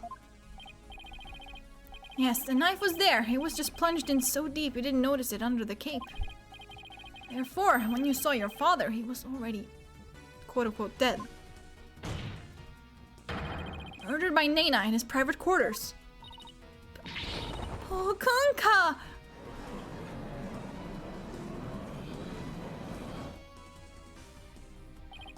Holy Mother of Khurain! Are we dealing with the living dead here? Well, technically he wasn't dead yet. I know it's hard to believe, but this is a plausible sequence of events. And once Minister Inga arrived at the tomb, he could have removed the knife and dropped dead from blood loss. Nena killed my father. There must be some mistake. The defense would like to call Nena to the stand. How? She's missing, did you forget? You seek to drag an innocent old woman to the stand with no proof whatsoever. Well, there's no real proof, but... What a tangled web of expedient lies you weave. I can no longer tell fact from fiction. Who or what shall I believe in now? I'm sorry, Rafa. All I've done is confuse you. But I have a sneaking suspicion Nana's involved in this case one way or another. Just when I thought we'd blown this case wide open. Well, there's no turning back now. You fool of a lawyer. I know why you are so desperate to prove the accused innocent. You do? Yes, because he faces public execution if proven guilty. As shall you, under the stipulations of the Defense Culpability Act. From the moment you accepted this case, you have had no choice but to fight for your lives. No, the simple fact is I've always believed that Dirk is innocent. Huh! Still you cling to your pretense? Very well. I shall offer you a bargain. If you would admit that the accused is guilty right here, right now, I shall overlook your crime of abetting him, and you will not be subject to execution. Is this some sort of joke? Far from it. As queen, I have the power to grant pardons, even to criminals like you. And with a wave of my hand, I can even reduce the severity of a sentence. That means that we are on the right track. She must be scared. Perhaps even for Dirk, should you be willing to cooperate. She wasn't kidding when she said that she's the law here. To flaunt that power in our faces like that, that's just wrong. Forget all that has transpired in our kingdom and return to your own country in peace. Well, will you abandon your defense of the accused?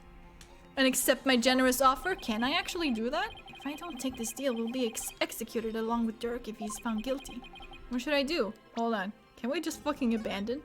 I want to see. It's not listed in the bad endings. We'll be executed if we lose this trial. Poor Trucy will lose her father. Bye, Dirk. See you later. More like see you never. I'd feel bad for Athena too. And besides, life is precious. It's not something you should gamble with. Still. Is the game gonna force me to, like, continue? I made a promise. It is. It was worth a shot. And there's one more person I can't abandon in his time of need. Which leaves me with only one choice.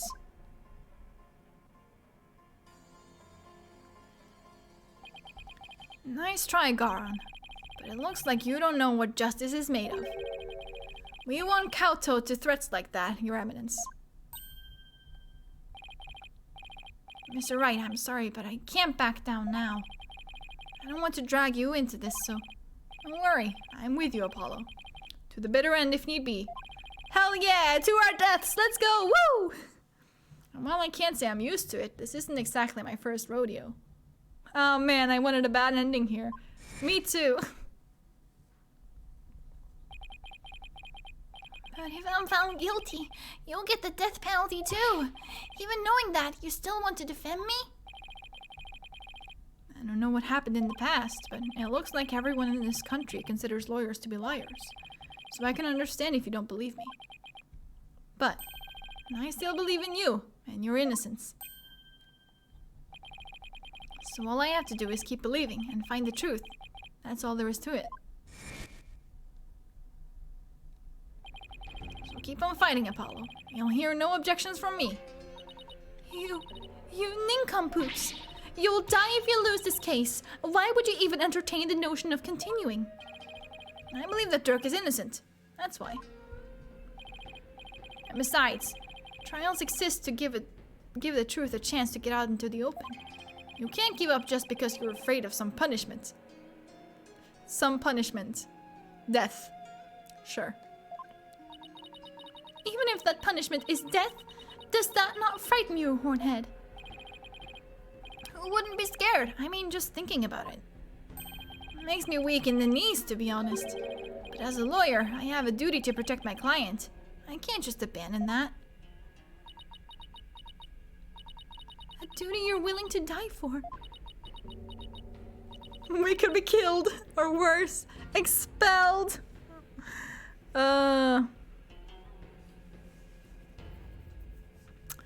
Yeah, that's it. That's pretty much it. And yet, Duty, it's a heavy burden, all right. Rafa looks like she's really struggling. Your benevolence as crown princess. You're destined to rule this kingdom one day. That means there will be many things that you alone must determine. Things like how to keep your people happy and what is true and what is false. Most importantly, what role you must play therein.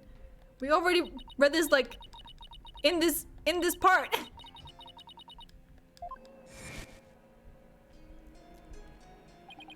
But it's no surprise, considering the torrent of painful truths she's had to face. Will she do the seance now? Ooh, that will be fun. Very well then. If the defense is prepared to face the death sentence under the Defense Culpability Act, then I see no reason to continue with the proceedings. But I must admit, I see no grounds for doubting the accused's guilt. Unless the defense has further evidence that would indicate a different suspect. Ma'am, you want us dead. Why are you even trying to, like, help us at this point? Do we have anything like that?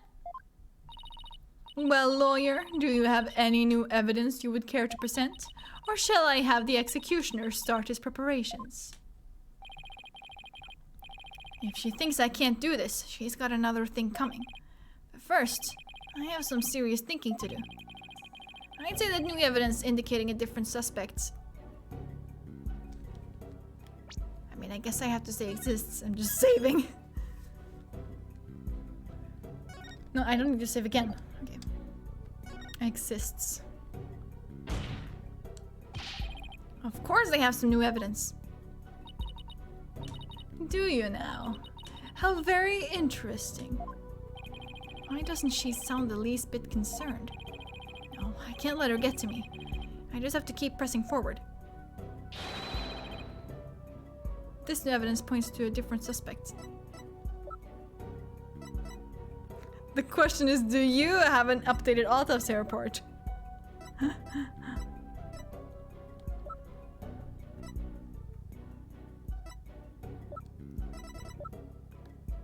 Wait, I just thought of something. Let me go back again. Yeah, sure, fine, whatever. I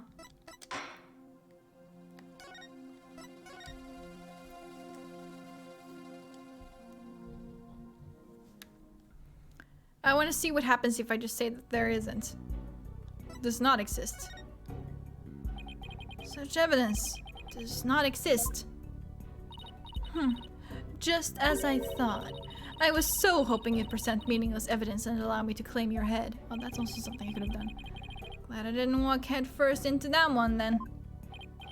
So what now, Apollo? Well, unless we can prove that Nana killed Inga. And this trial is over, and so are we. Isn't there still a way to get the proof we need? Even without evidence? You know, a key means of obtaining testimony here in Khura'in. Ah, it is. Wait, does that mean? Hold on.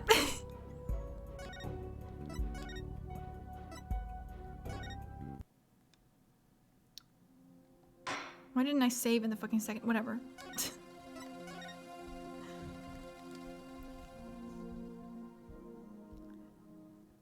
So I guess that means that there is none. So it doesn't exist. But what happens if I just get it wrong? That means that you should present Rafa or something to get the seance started. Probably. But I can't do that here. Very interesting, whatever. This evidence. Because I can't present people here. Let's just present my badge 3 times. See what happens. We claim this evidence proves the existence of a different suspect. Wait, that wasn't the reaction I was expecting. He's like, just like, look at my badge! Your Eminence, are you saying this piece of evidence doesn't do anything for you? It would appear to me that you chose that evidence at random, in the vain hope that you would learn something from my reaction. Is that not correct? No, I'm pretty sure I just did it to get a bad ending. I don't even know if you can get a bad ending from this. Your Majesty. For shame! Sorry, time to rethink that one. I'd say that new evidence indicating a different suspect exists. Yeah, it really wants me to press does not exist.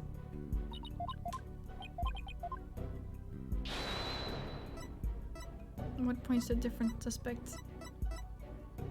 It's Joe of Justice! Take that!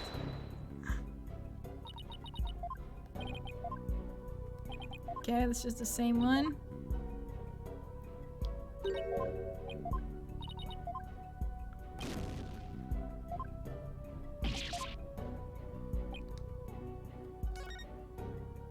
Because surely something will happen if I get this wrong, right? Right? Like it should. Badge. There you go.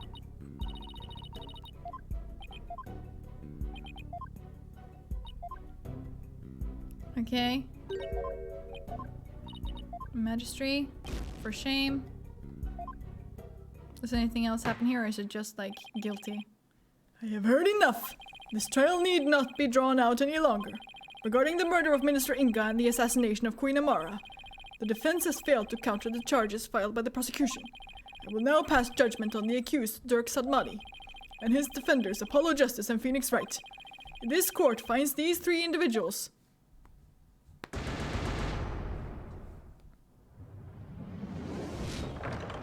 It just closes the doors. Okay, I see. Actually, if I try again, then I get like new lives or whatever. That's great. Refill, if you will.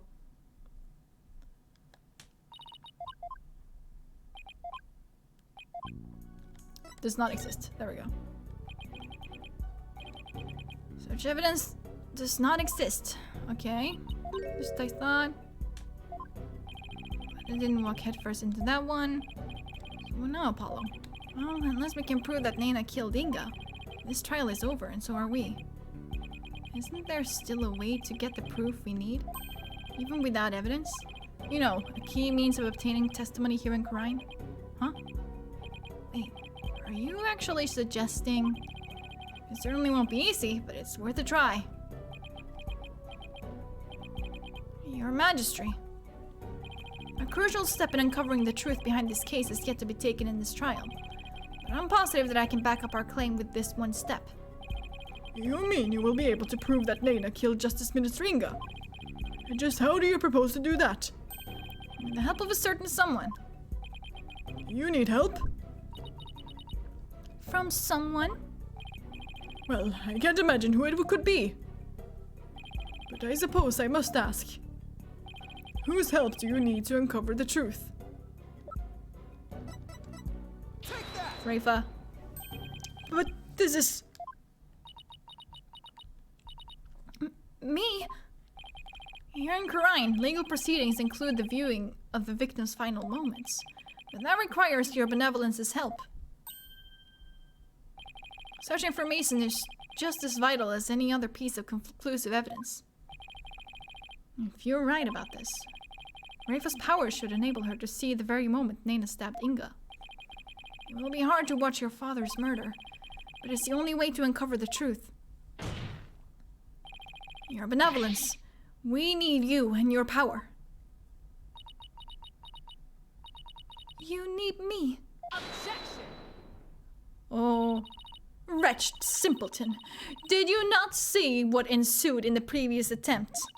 You would only succeed in wasting more time. Or is it your goal to make her collapse again? Objection! The princess said she was prepared earlier. Besides, it's her duty as royal priestess. I'd say it's all up to her now. Am I prepared? Prepared to fulfill my duty? Isn't a divination seance required at all trials anyway? If so, I imagine there would be a problem with handing down a verdict without one. Indeed. It would be problematic. But I still did it. That one time, but... Well, it wasn't... Last time. Under Kuraini's law, a seance must be conducted before a verdict can be rendered. Such insolence! Except when it doesn't. Must you try my patience so? If I must dispense with that vexing law, then dispense with it I shall. Huh? As ruling sovereign of Kurain, I proclaim the following.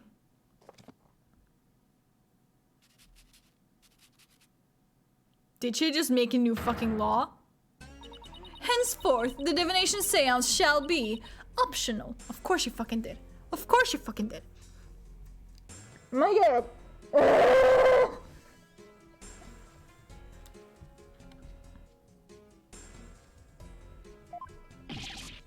What? She has the power to do that? She just rewrote the law with a flourish of her hand. With her fucking nail. Ma'am!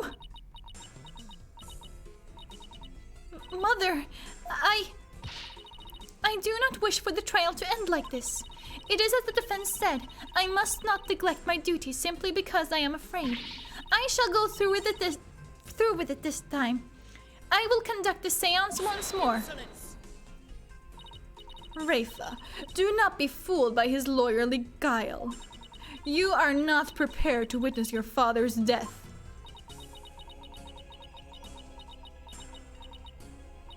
But Hornhead needs my help. Rafa, did you not tell me earlier?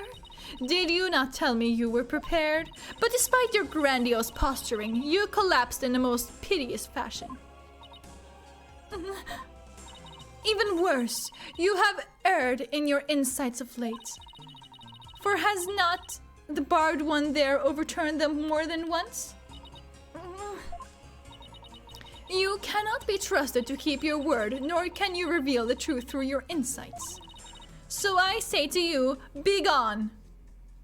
Wow.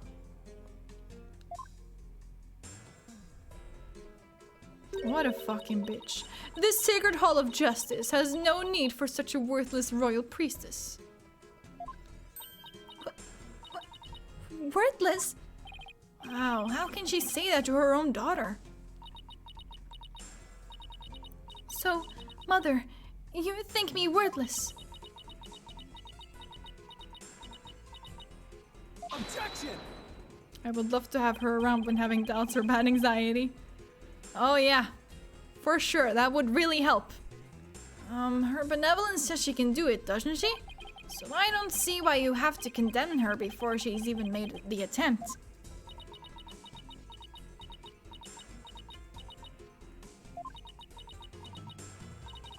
Very well, Horn Devil. If you really are so bent on having a seance, I shall give my consent. Really? However, should Rafa fail once more, you two and the accused shall all be executed on the spot. Come again? This is proving to be far more entertaining than I had anticipated. Well, lawyer, what say you? Will you wager your life and call on Rafa to perform a divination seance? Does she have firing squad ready? It's like the fucking episode of Sherlock where they're suddenly just like aimed at with like laser aim or whatever. Rafa feigns and shoot! True. What happens if I let her go home and rest? I'm so curious. Like, our lives are at stake. I want to see our lives actually being at stake. Like, fucking kill us. I don't care. Even if I say I believe in and want to call on her. The truth is, I really don't know her that well. Your benevolence, maybe you should go on home today. I'm sure you could use the rest. Are you sure about this, Apollo? If we don't believe in her, who does she have left? You're right. It forces me, doesn't it? Besides, without her, we'll never get the proof we need. Yeah. So, it would seem I truly am not needed here. Objection! Yeah, you can't fuck that up. I don't think you're worthless, your benevolence. Far from it, in fact. If you say you can do it, then I believe in you. Hornhead, I do not understand. If I fail, you will be put to death. I know you collapsed during your previous attempt.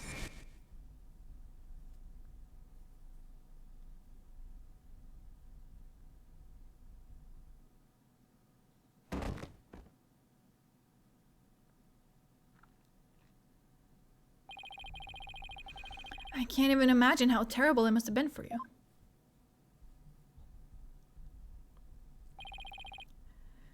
But despite that, you are willing to try again. I have faith in that conviction, in that courage. My courage! Ah, so she was doomed to fail if she didn't have the courage to perform the seance. But it looks like she's got the determination to try again. Right. And that's a bet I'm willing to take. But it is as Mother said, I've erred in my insights as of late. Not only have I failed to reveal the truth, I've also contributed to false accusations. Knowing that, can you still say that you believe in me? Objection! Objection!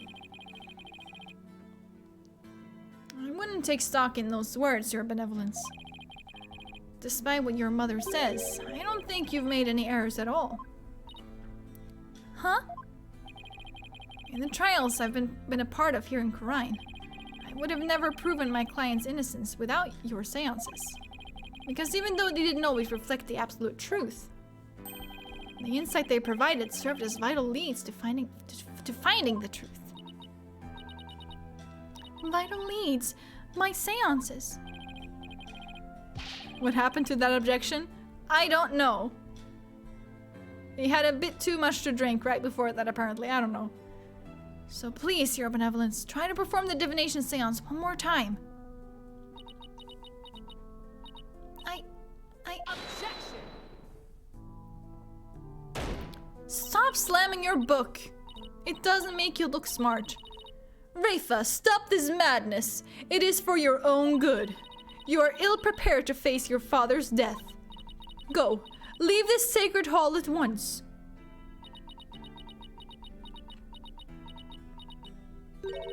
No.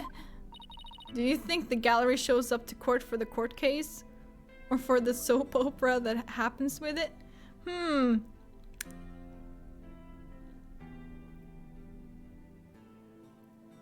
I think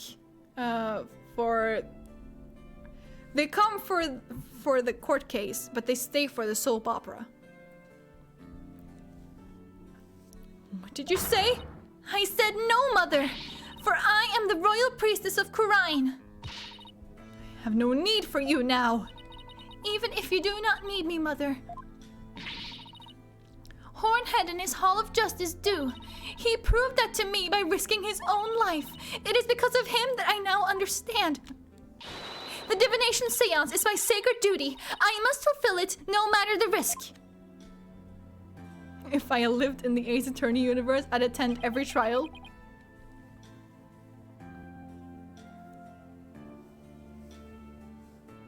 The bomb one too? Your benevolence. Mother taught me that the divination seance was a mere reflecting not but the truth.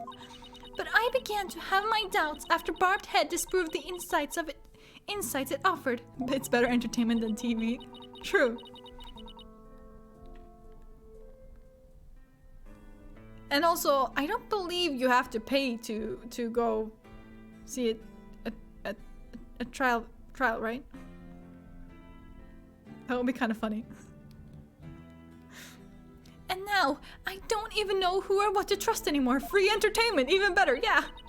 Father, mother, even Nana, I had believed in them all above all others, but I finally know now. I know in what I can trust.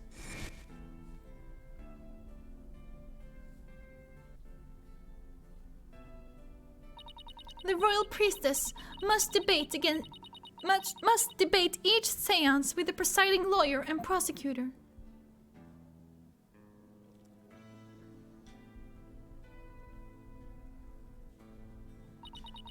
So that it can be interpreted properly.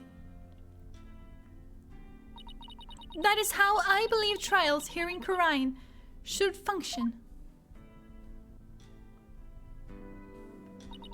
Therefore, the Hall of Justice needs me. It is my power that leads trials toward the truth.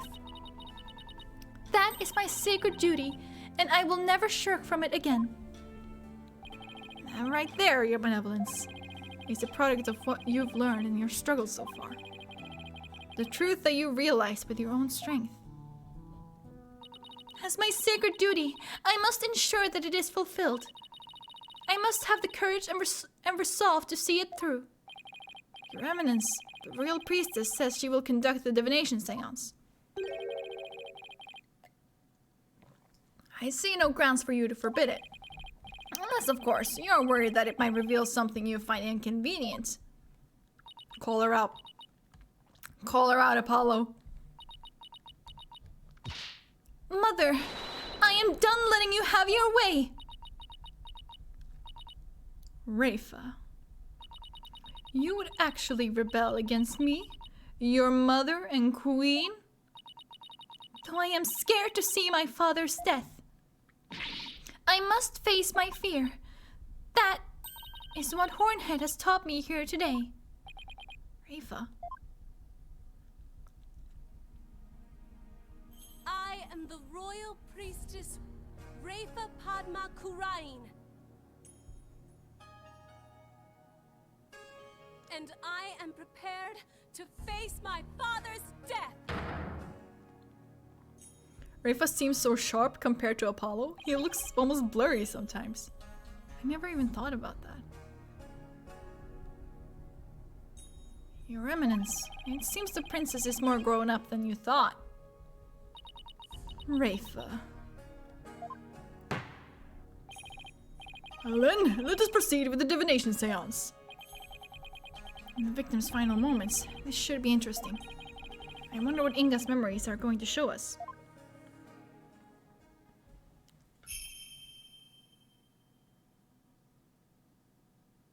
O Holy Mother, we hold this divination seance in your name. Hell yeah.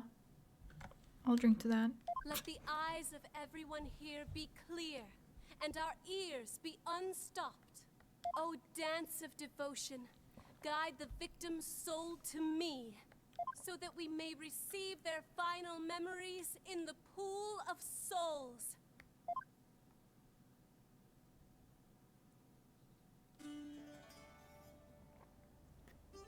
Where are my ears going?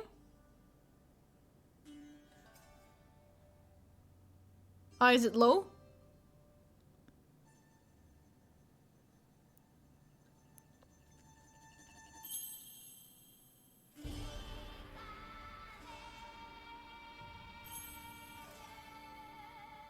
Oh. They should be unstopped, so where are they going?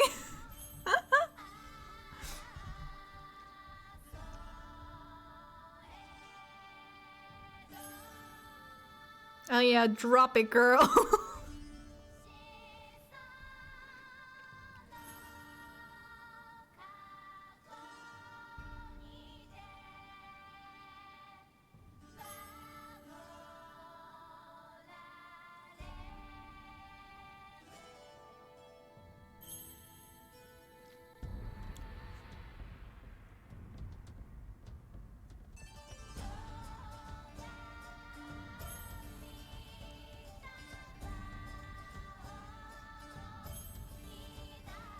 You think they'd give her a less revealing outfit?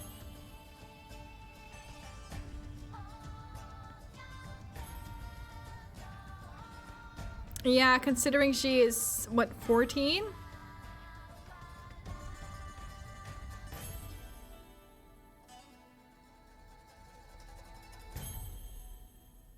Though, this series is from Japan, so it adds up. Yes, she did it! She did it! Alright, grapes, incense, sour. Why is it sour? Incense. Footsteps. Incense.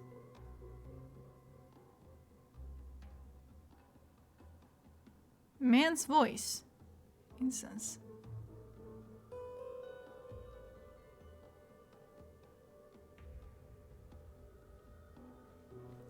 Pain.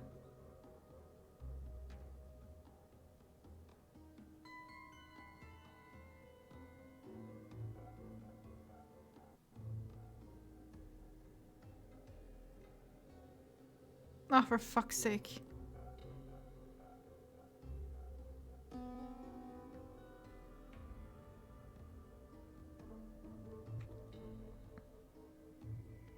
Explosion. Laughter.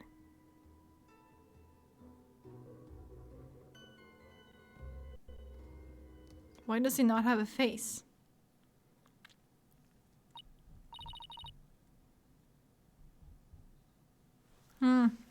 I've been thinking about this since like last time when we found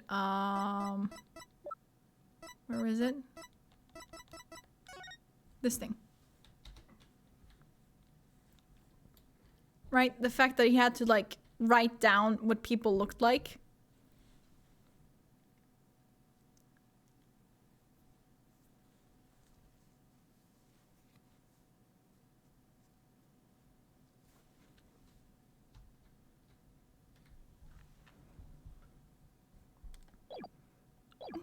What in the... A faceless being.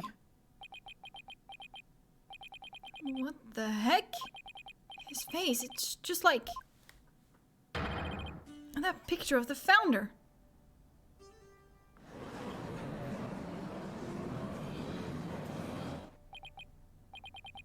I mean, it is the most distinguished features of Dirk. True. But is it Dirk? You got a point there. I think that's the last thing anyone expected to see. Father, what was it? What was it you saw? Are we to understand that this was the last thing the victim saw? Yes, there can be no mistake. That was what my father himself witnessed. How very strange. You don't suppose the Holy Mother possessed the accused and slew Minister Inga for planning a coup? Divine wrath of the Holy Mother. Holy Mother, we are ever grateful for our blessings. Talk about a sharp left turn into the Twilight Zone. You know, there's one thing in there that caught my attention.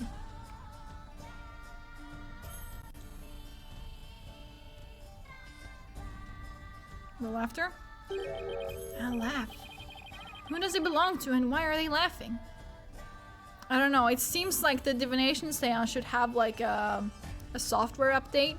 I think finally the audio plugin is out.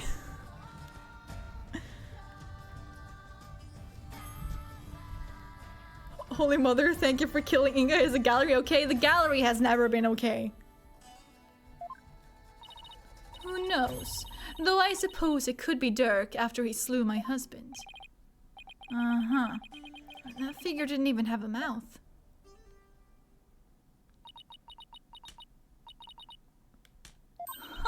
I think we are done here, lawyer.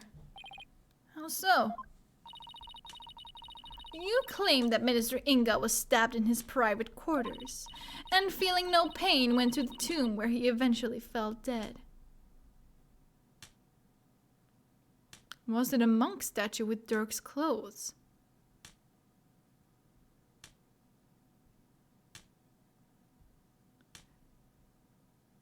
Maybe.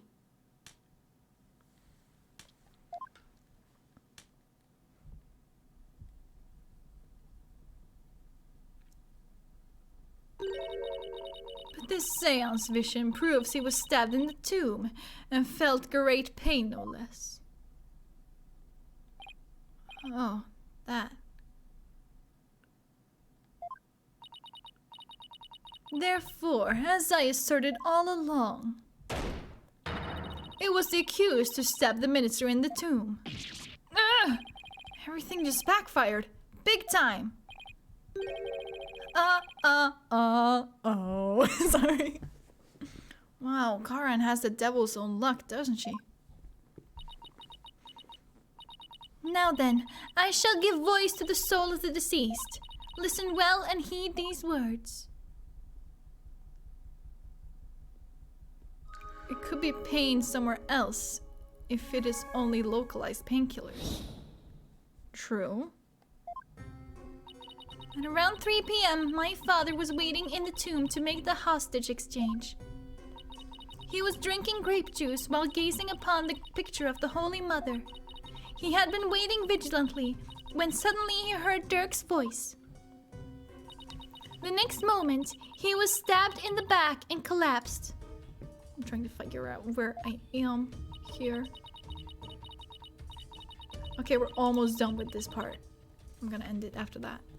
My father tried to shoot his attacker, but he missed and the attacker let out a laugh. So what now, Mr. Wright? It's up to us to knock holes in Rafa's interpretations of Inga's memories. In other words, we need to prove that her understanding of them could be mistaken. Okay, I'll give it a try.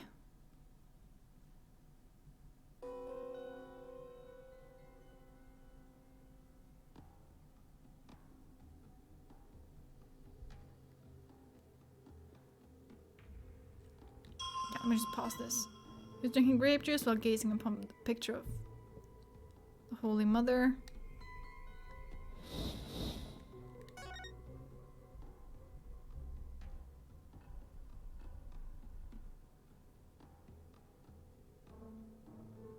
Well, not really, but sure.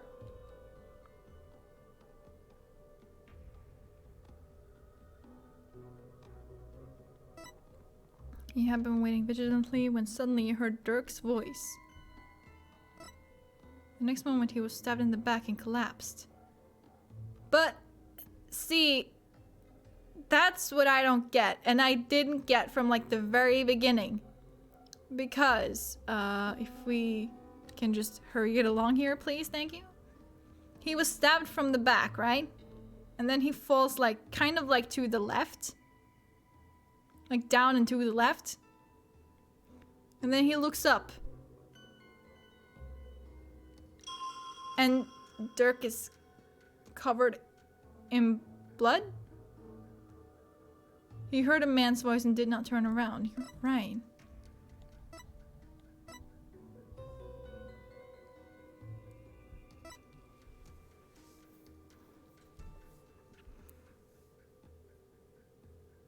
I mean, I guess by this logic, he could have just like stabbed him in the back, walked around front, and shown himself.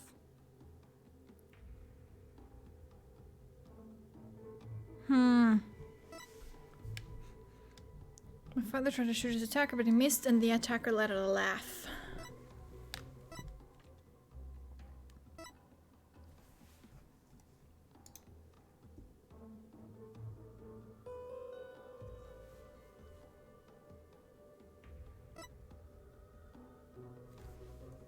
No, you're right. You're actually right. I just had to look up. I found one that's like spoiler free. And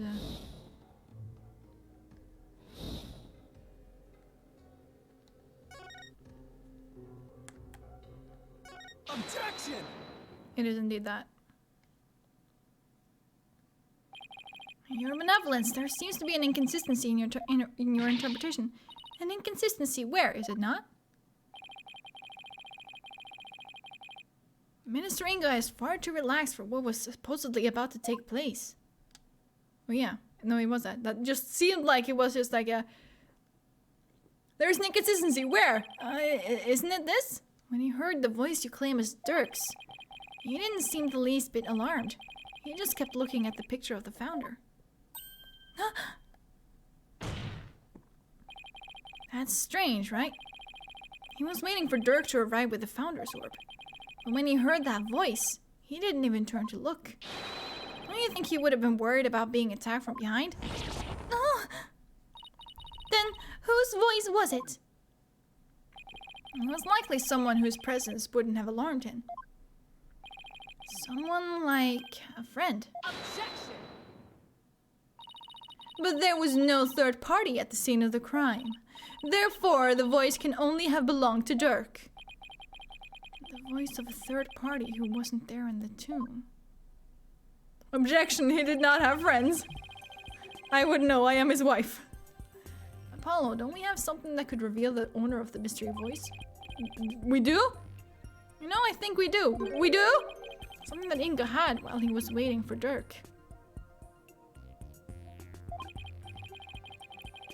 With it, we just might be able to figure out whose voice it was. I believe we can identify the male voice Minister Inga heard with this. Huh? With what? Ow.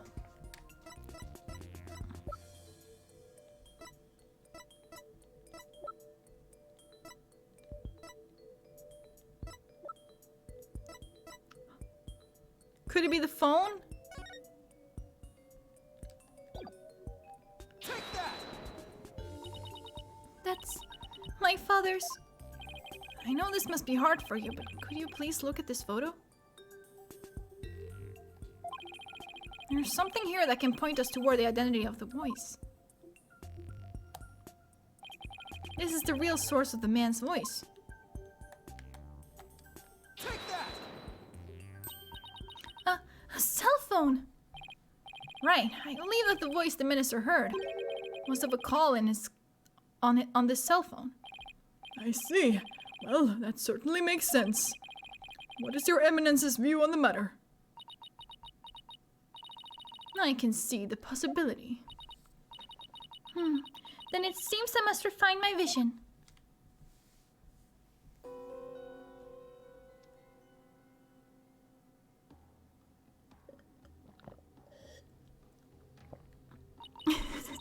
You used to call me on my cell phone, but then I got fucking stabbed.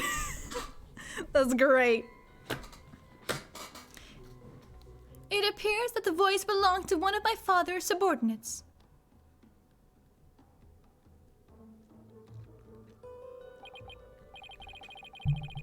Why do you suppose he was talking to one of them then? My father had members of the secret police positioned throughout the palace. They were supposed to contact him as soon as they saw Dirk and the rest of you. Okay, now we're getting somewhere. Your benevolence, I believe you have an insight to revise.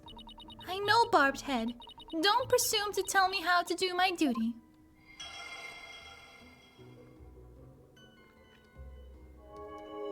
My father then took a call from a subordinate at the palace.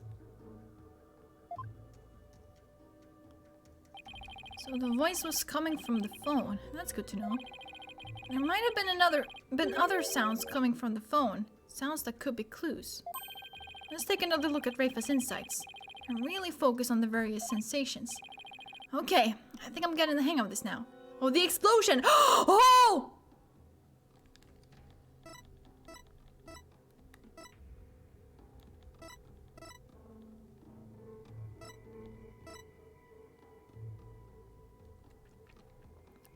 The explosion is, and also the laughter.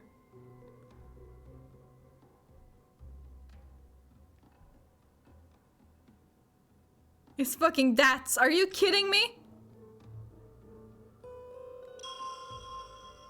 But...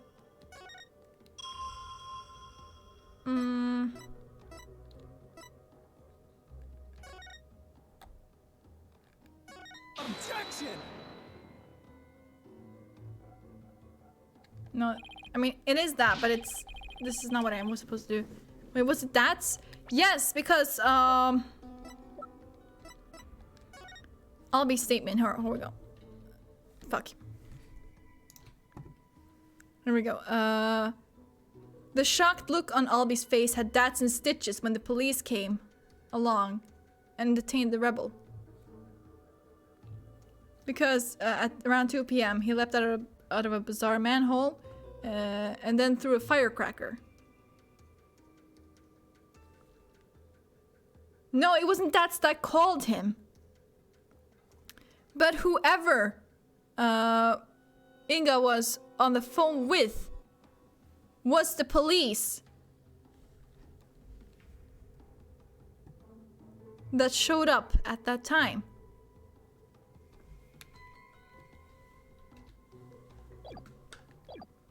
It's not inconsistent, I'm sorry. Oh, whatever. Yeah, please do tell where exactly does this inconsistency lie? Up my ass. Ah, I get it. I want to skip, but I cannot.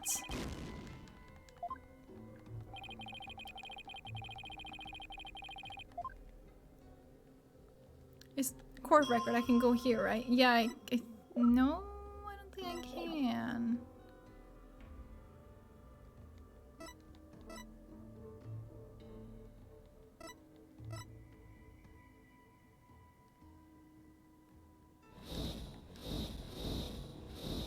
Is it this and a laugh?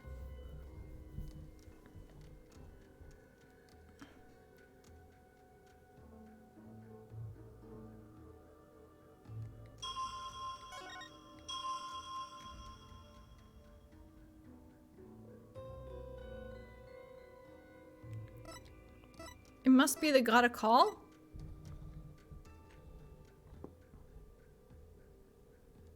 Do you think so? Because... And I can't... No, I can't show anything here. Hold on. Cheaty time. Woo.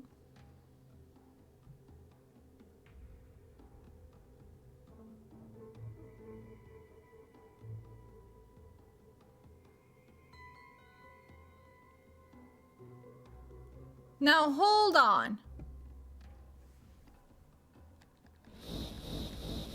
There is more here.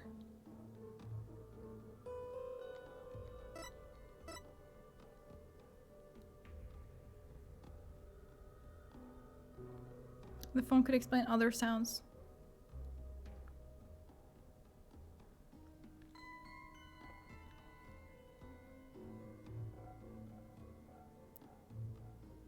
Footsteps, footsteps, and incense. Subordinate's voice.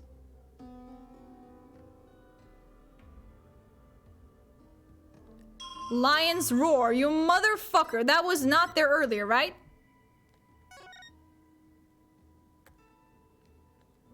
Objection! Objection! That wasn't there before, exactly. That's why it fucking messed me up. God damn it. Apollo, stop drinking. I hate to break it to you, your benevolence, but you misinterpreted something again.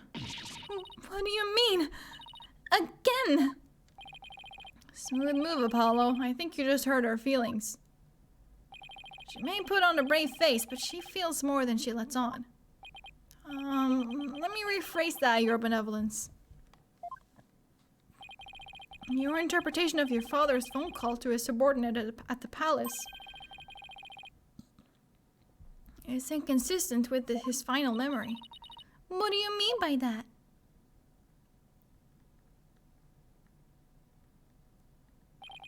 A lion's roar could be heard over the phone. Don't you find that strange? You claim the call was with someone at the palace. That would be the warbot, yeah. Let me ask you, do you keep lions there? No, the only animals at the palace are little birdies and my pet frog. Wait, that giant one in front of the minister's house is her pet? Besides, there aren't any lions in Khura'in. We don't even have any zoos. A rather sad state of affairs, I'm afraid. Well, I remember hearing a sound like that. The lion's roar coming from the phone is actually from something hanging out in the bazaar. Isn't that the cry of the warbot over in the bazaar? Your benevolence, do you think you can clarify the voice for me? Very well. I will now attempt to further refine my vision.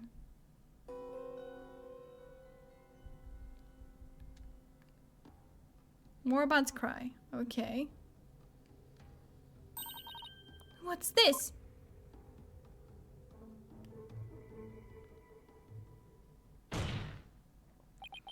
Just as I suspected. It was the call of a warbot. That means the subordinate Minister Inga was talking to. It was in the bazaar, not the palace. But why is it important where the call came from? What significance could it have? She's right. It is important to know where the call was made from. Is it important? It is very important. I just put together all the pieces in my head. Because everything that happened with Albi and Dats in the bazaar, it is of the utmost importance. It is. But everything that happened there was at 2 p.m., like around 2 p.m. Dirk didn't show up until 2:45.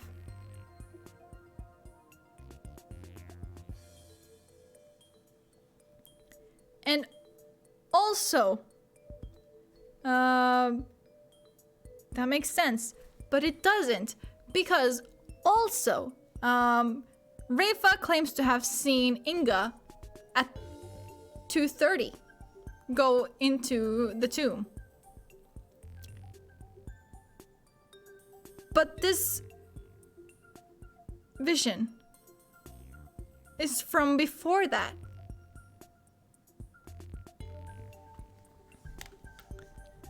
It's actually very important. Knowing that the person on the other end was at the bazaar means that the loud explosion might not have been the sound of a gunshot. Maybe it was an imposter, Inga. But I can think of no other item that makes such a noise in the area. Go ahead, Apollo. Tell her. Tell Rafa the real source of that sound. Will do. Well, Hornhead, I'm waiting. What was the truest source of that explosive sound? Take that! There we go. What is that? It's Albi Orgite's statement. In it, he claims that That's a rebel threw a firecracker at him while he was at the bazaar. Then?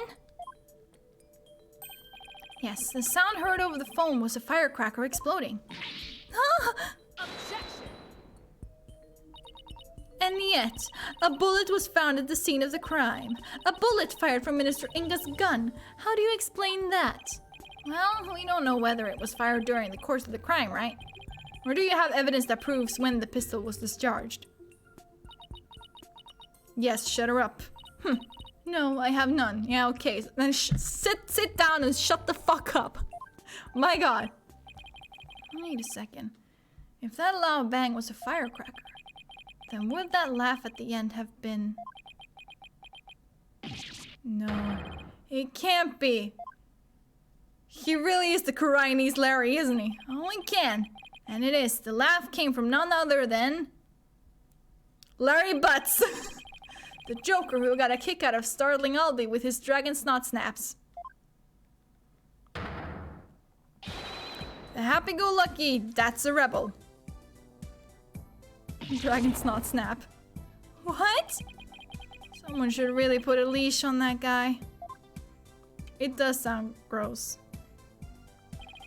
I shudder to think how one man can be the cause of so much trouble. Hey there, AJPW! Y'all can thank me later. I wouldn't ask for your own commentary, Mr. Rebel. Your benevolence. Do you need to revise your insight? It would appear so.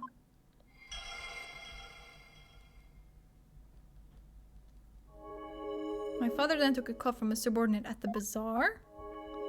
The true source of that loud bang was the firecracker Dats threw.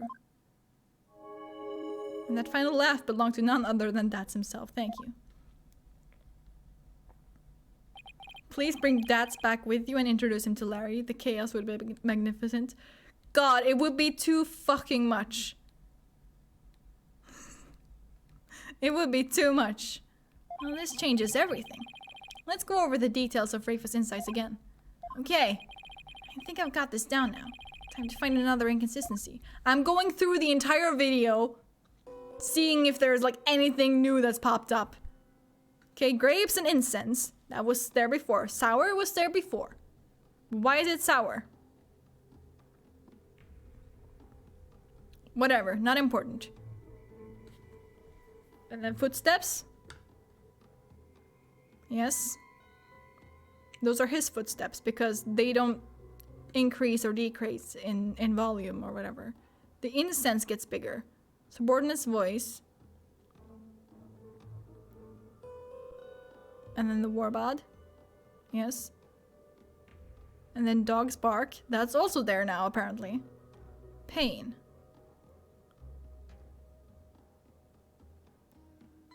Footsteps.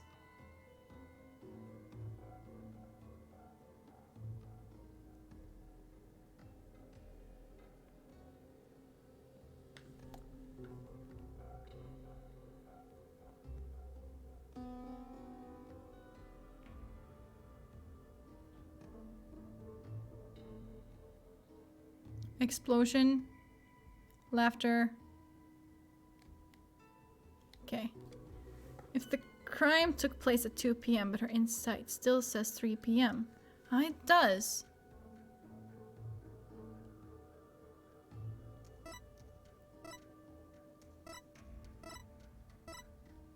Yeah, I think that's it now. Would that not confirm the time? I'm sure he would.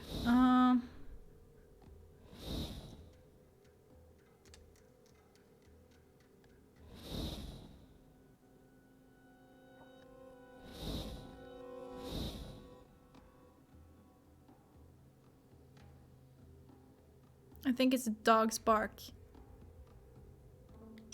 No, I think it's a dog's bark because it's very crucial to like what happened, like in the order it happened, you know?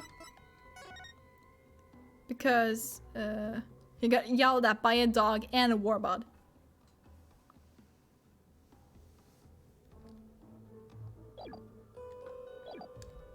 Can I save? I can. Although very slowly. Slowly save. Okay, I want to try this. Objection! Nope, that's not it.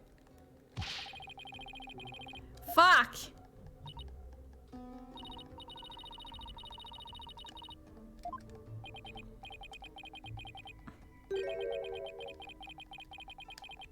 I'm playing this game in year 3008. I'm like way ahead of it. Oh no, am I gonna get the fucking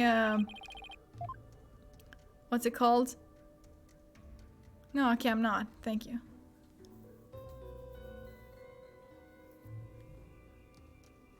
You are playing 5D chess.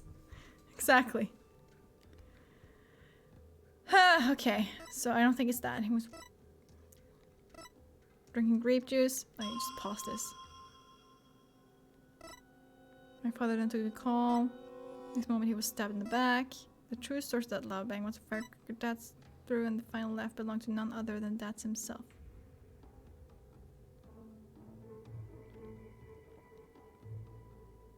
The fucking 4D chess one? You mean that one?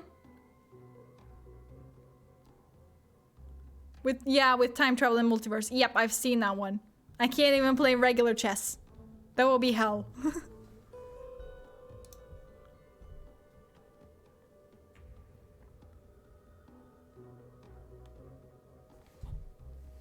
No, you're right. You're absolutely right. It is the first one. And then it's the explosion. It's like 50 chess. It is.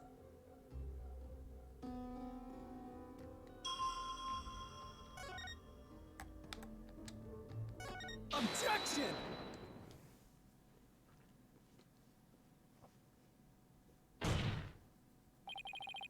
You were right. I was thinking way too simple about things. Though I feel like the dog spark should have worked too. Because they're connected, but whatever. I'm not salty at all. Your benevolence, there's a glaring problem with this insight. There is? You stated that the murder happened at around 3 p.m., which is right around the time my client arrived on the scene. However, now that we know that what the source of the loud bang is, you think that they would count all the sounds in Albie's statement? Yeah, exactly.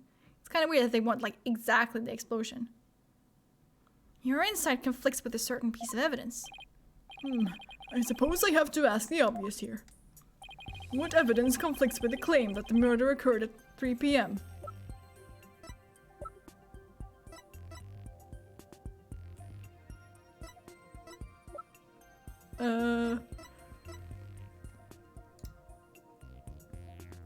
It's fucking that again. Oh my god, are you kidding me? I was like, it can't be that.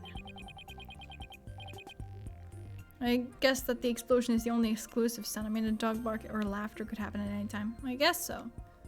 But your guide's statement, again? Yes, because to summarize what he said.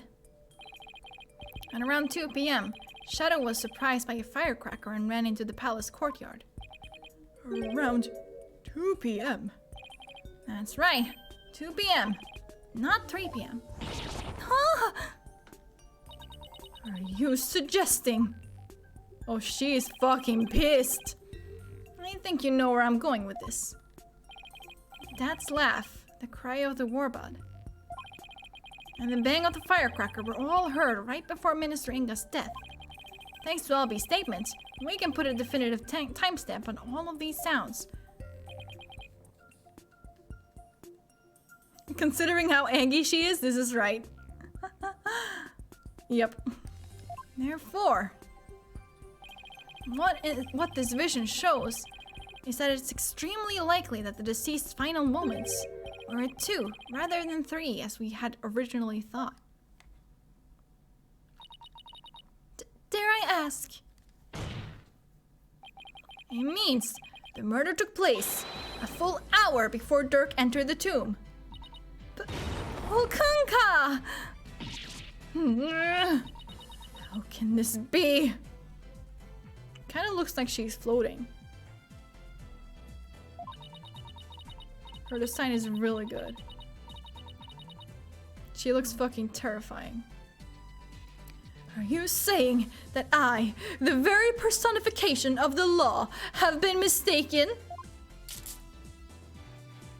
There goes her nails. Now you see why justice will always prevail.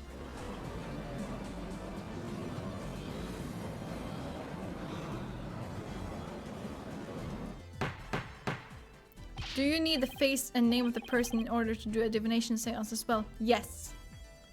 Peace. Peace, I say. Now then, defense. I must remind you that the figure of the accused was clearly shown in the vision. How do you explain that? I wouldn't say it was clearly shown.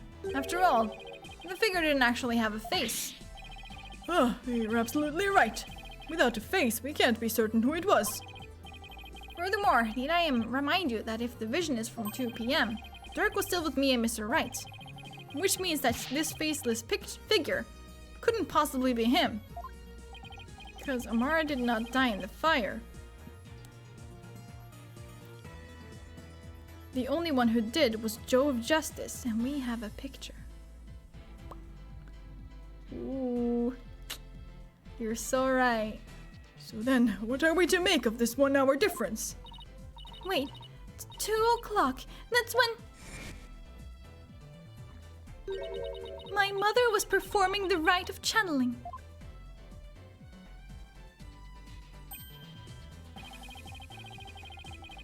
The palace guards had all been reassigned to guard the channeling chamber for the rite. Don't tell me. The royal residence. it would have been virtually unguarded. Which means the real killer could have easily slipped unseen into Amara's tomb. Defense, are you saying that this is someone disguised as the accused? That's exactly what I believe, Your Majesty. Preposterous. Disguises cannot deceive the memories of the dead. That the face did not appear this time is mere happenstance. Had it appeared, such subterfuge would have been as clear as day. I predict we are gonna have to seance him to establish Dirk's innocence. He's got a point there. Anyone who knows about the divination seance would have tried to hide their face. Nevertheless, our killer openly appeared before Inga. The question is, why? Apollo, maybe the killer could afford to be so bold. Because they knew their face wouldn't show up in the seance vision. What? It's possible that the killer dared to dress in Dirk's clothes and stand square in front of Inga, precisely because they knew they could get away with it. But how could anyone be so sure of something like that? A long time ago, I heard of a cognitive disorder that impairs a person's ability to distinguish between different faces. What if Inga had it? Prosopagnosia! Then, are you saying that this is literally how Inga saw the world? Yes, we can't normally see through the eyes of others, but in this case, we can. And if he had that disorder, I imagine this is how faces appeared to him in life. Okay, let's say that the killer knew that Inga had such a disorder. They could definitely use it to pin the crime on Dirk. But... And that is why he had to write down the appearances. Yes. That's exactly why I had to do it. If you're wondering about how to prove that Inga had it, you already have what you need. Really? Well, defense, do you have anything to show to this court? Yes, I believe so. Frankly, I have no idea what Mr. Wright means, but I'll look the evidence over again. No, I know exactly what he means. Shut up, Apollo. What explains why the face of Minister Inga's killer is absent in the seance vision? Notepad. A notepad? It would suck if Dirk decided to do a makeover while in America. Oh.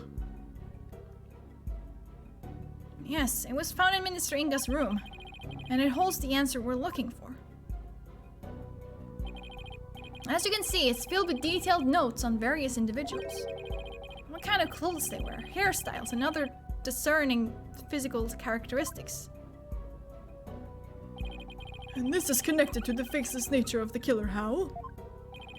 The vision we saw was exactly what Minister Inga saw with his own eyes. It is he who saw the killer as a person without a face. In fact, this is how he normally saw everyone around him. What's this? I believe Minister Inga had a disorder that prevented him from recognizing faces. It would explain the faceless being. And why he needed a notepad full of people's physical characteristics. Now that I think about it, my father was always terrible at remembering people. Prosopagnosia! Yeah! Let's fucking go! By simply changing my hairstyle, he would fail to recognize even me. Your Eminence, you knew that your husband had such a disorder, didn't you?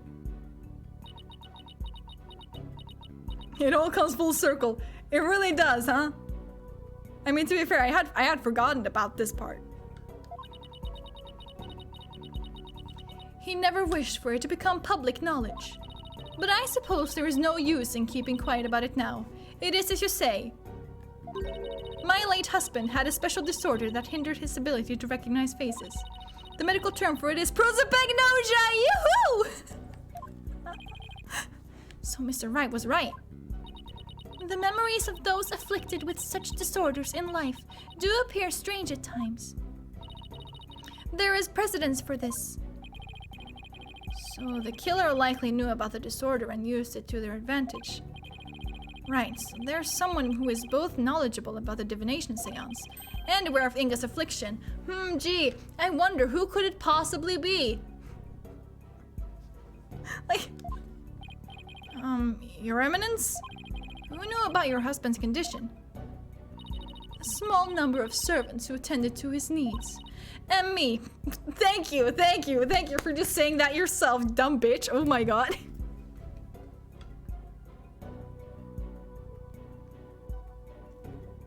Oh, I'm trying to see.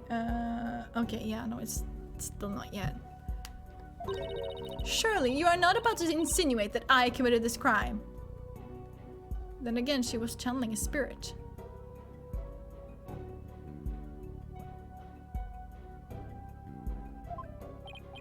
So I guess Nana? Oh no, Your Eminence. Still, could she have done it? Garan has an alibi, remember? Alright. She was conducting the rite of channeling at 2 p.m. In that case... Your Eminence, does Nana know about Minister Inga's disorder? Of course she does. She is our head servant. So as head servant, she knew about Minister Inga's condition. And as the princess's personal attendant, she is familiar with the divination seance. If these two facts together don't make her a possible suspect, I don't know what would. Objection!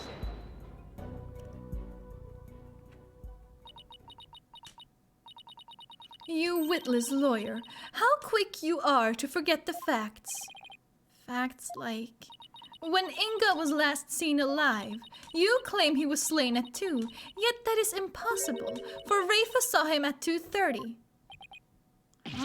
Ah! We did completely forget about that. Oh, there must be some mistake.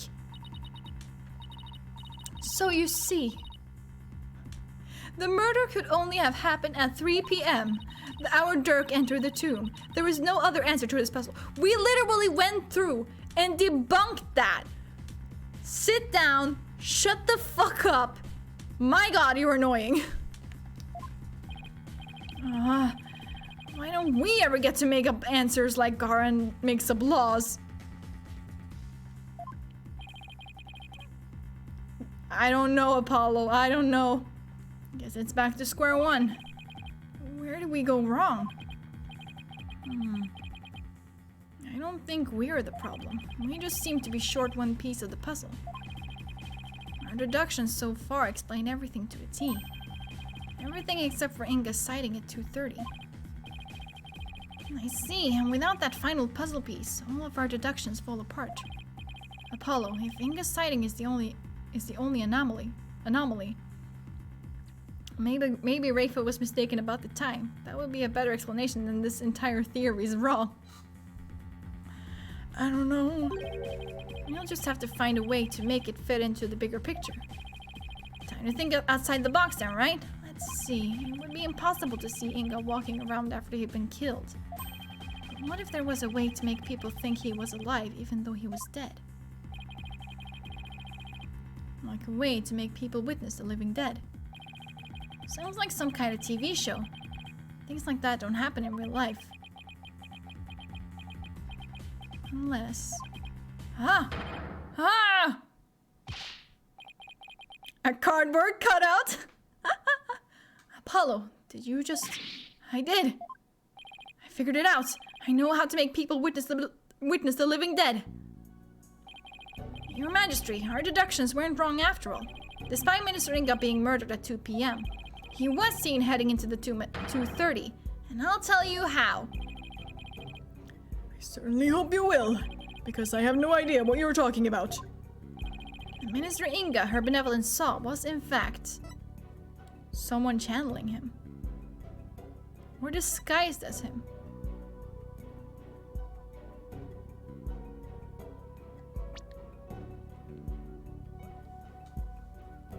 Because remember what we found in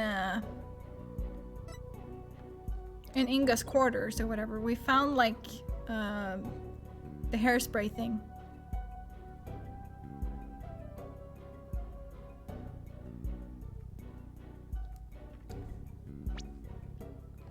A ghost or clone.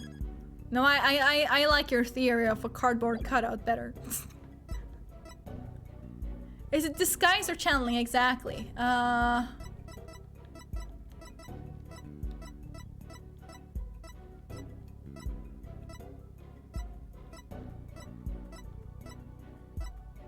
think I want to say channeling because as far as I'm aware, they like gain like their physical attributes, like their heights and stuff. So I'd say that. I think it was the deceased being channeled. It's the only way a man who was already dead could have been seen by her benevolence. Channeled, you say? That's right. And there are only 2 people capable of spirit channeling here in Khura'in. Her Eminence Queen Garan and Maya Fey. It's possible that one of them was channeling the minister. It would seem that you are ever bent on making me party to this crime. Prosecutor, what was I doing at 2:30? The time at which my husband was seen. Eminence. I believe you had completed the channeling rite and were having tea with the king of the neighboring realm. There would have been many attendants there too. Ayuta has to keep up with her schedule too? What doesn't she make him do? Now that leaves only Maya. Yeah, it does. Maybe someone was forcing her to use her power toward nefarious ends. The real killer could have been threatening her. That cannot be! So then Inga's scream. That was probably from when he woke up from being called back to this world. After all, that's when the flow of time would have picked back up for him after he died. So Minister Inga probably leapt to his feet thinking he'd just had a nightmare. Then, realizing it was almost time for the hostage exchange, he raced off to Amara's tomb, not even realizing he was already dead.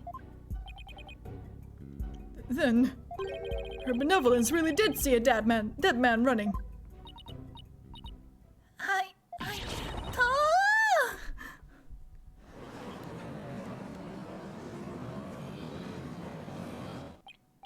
Using the sacred power of spirit channeling to commit a crime. How can this be? It's not the first time, I'll tell you that much. The defense call Miss Maya Fey to the stand. Well, Your Eminence, will you allow a new witness? It matters not. Either way, this lawyer shall soon know the truth. He will know just how much of an imbecile he is in the face of my infallible arguments. Insult me all you want, bitch, but you'll be eating those words when I expose the truth.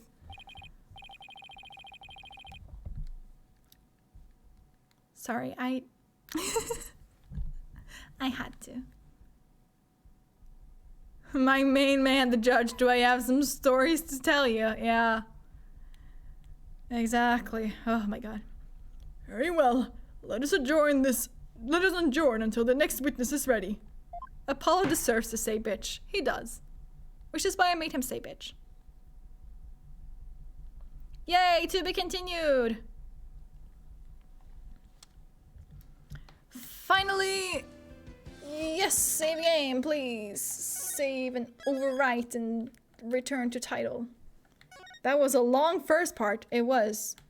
It really fucking was. Ha!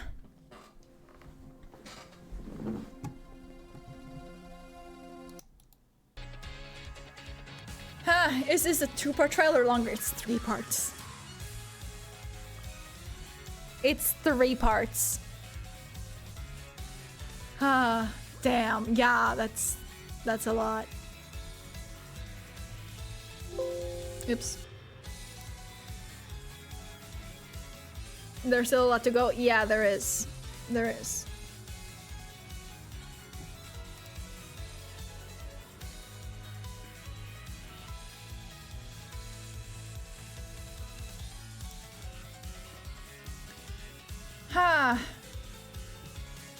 Yeah. Also something I forgot to like mention, like last time I was playing Ace Attorney. was that before the stream started, I was like going through my mail, and I was just like gonna mark all of my mail as read, but I accidentally hit the fucking flag button. So I had like fucking 6,000 flagged mails, and I'm like, oh my fucking god, are you serious? Yeah, oh no. So I sat there for like 30 minutes trying to unflag everything. Because of course, once you flagged it, you can't just like mark everything and unflag it. No, you have to go through them. Like, at least I can like mark a bunch and unflag those. But it sometimes didn't work. So I like scrolled down, like I marked like thousands of them, like around 1,000 of them. And then I pressed unflag and I went back to see, and it still had like the same number, and I was like, oh my god, are you kidding me? I have to go through that again. But I made it through in the end. I did have some messages that were like already flagged, but I don't think they were too important.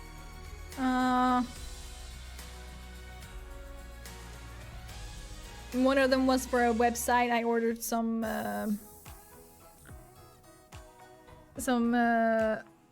what are they called? Metal straws that I bought like 2 years ago or something. And the other one was for a letter I sent. Well, not the letter, it was just like kind of, I don't know. It was like a mail containing like the address slip that I had to like print out and stick onto the letter. That was it. That was it. And I had like one other thing that I had in my flag mail. But other than that, I don't think I had anything in there. So luckily I could just go through and unflag everything, but it took quite a while. Also, another thing, after the Halloween stream, I found out how to fix the font, the broken font in Eve, because it turns out, no, it was not supposed to look like that. It was corrupted because it's a font that is mostly used for like I believe like Japanese font types or whatever. So yeah, it did not like that, but I managed to fix that too. So that was good. But broken font looks spooky. It does. And somehow I was able to read it too, so it wasn't like too big of a deal. But at least now I got it. And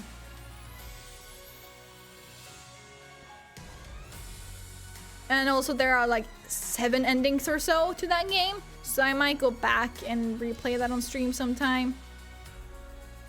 Because there's like a lot I have to do. So I think I have to go and like just plan everything out beforehand. Like go through and get to like certain points and then save. And then start a new save. And like do the same thing over and over and over again.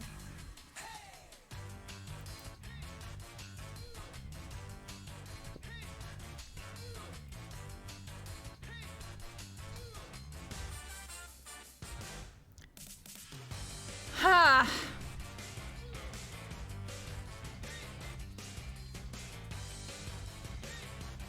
Yes. Yeah, I'm still taking a fucking chance by playing Johnny's West music on stream. But for now, I'm flying under the radar. If I get a fucking cease and desist letter, then I will stop, obviously. It went well last time, yeah, knock on wood.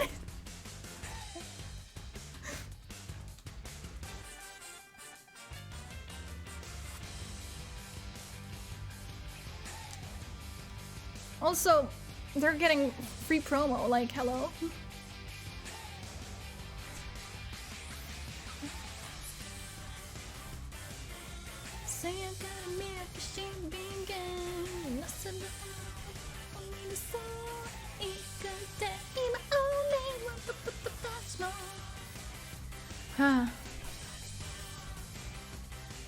I can't help but sing along to these songs, I'm sorry. Ah, God, next stream will be on Thursday. Probably continuing with the Spirit of Justice. At least one person here has started listening to them after the streams. Yeah, it's also it's kind of sad though, because like you can't fucking find them anymore. You can actually find them on YouTube now though, so that's good. But like only like their newest stuff, which is like, it's okay, but it's like it's not the best. I wonder who it could be. Gee, I wonder.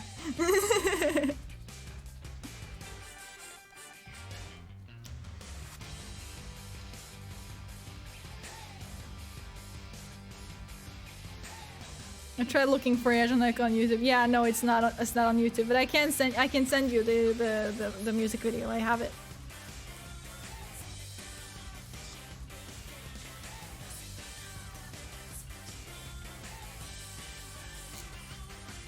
I also subbed that one myself, actually.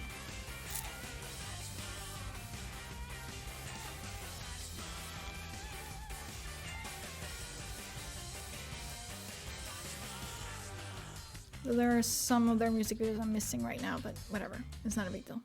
Sent to fight with the music, which I added to my Spotify, so I have been jamming to it today. Oh, that's cute.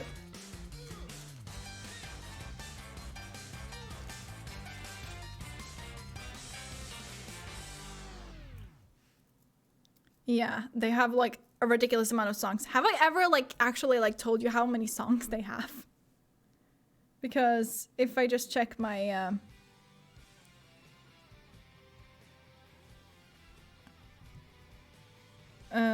check my fucking playlist where I have like all of their songs without duplicates, because they have fucking duplicates in every fucking single. 183 songs. And that's without the duplicates.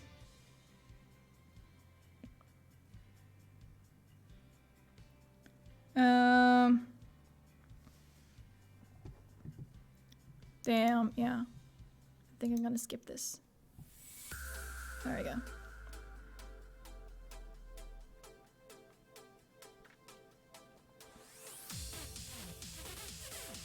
And can I... Do I have a way of checking like how many songs they have like total with all of the fucking duplicates and whatever? I don't care.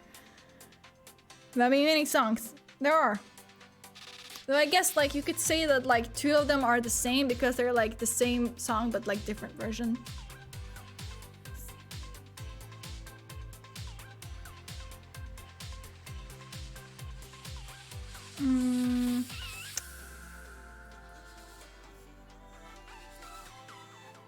Actually, there is another song too where there is like for every album they have like unit songs where they like get split into groups of either like 2 or 3 or solo, and they like make a song together, and it's a lot of fun.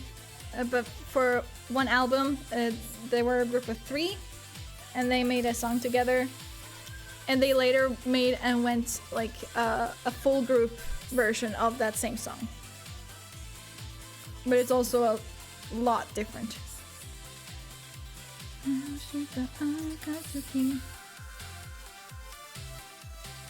Let's see. If I just search Johnny's list, it doesn't say how many songs there are, does it? No, it doesn't. That's annoying. I guess I could check on Spotify, not Spotify, on iTunes on my computer, but yeah. They have a lot of songs.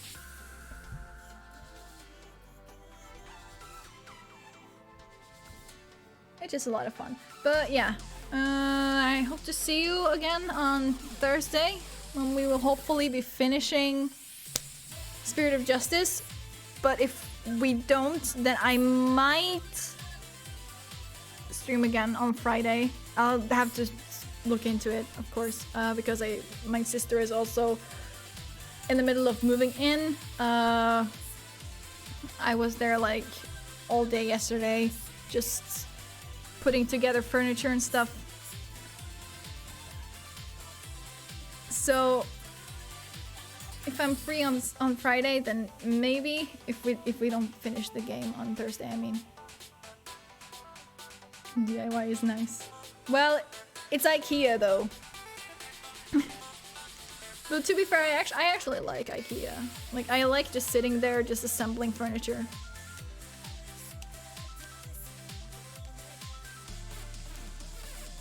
IKEA DIY is nice.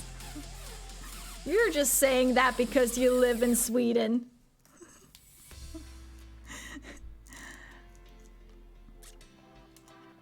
Oh, but yeah. What? No way. I would never. Of course you wouldn't.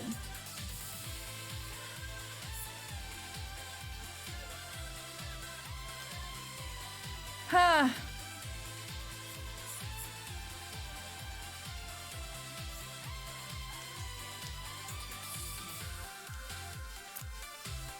Yes.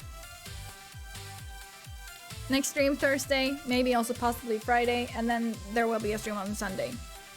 Yeah. Again, join my Discord if you want to know when I'm going live. Oh, there they are.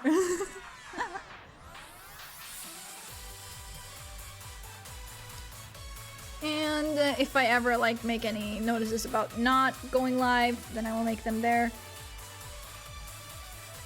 But also be warned that it is a very dead Discord server, so nothing much is happening there. God knows I try. But that's okay. Maybe one day.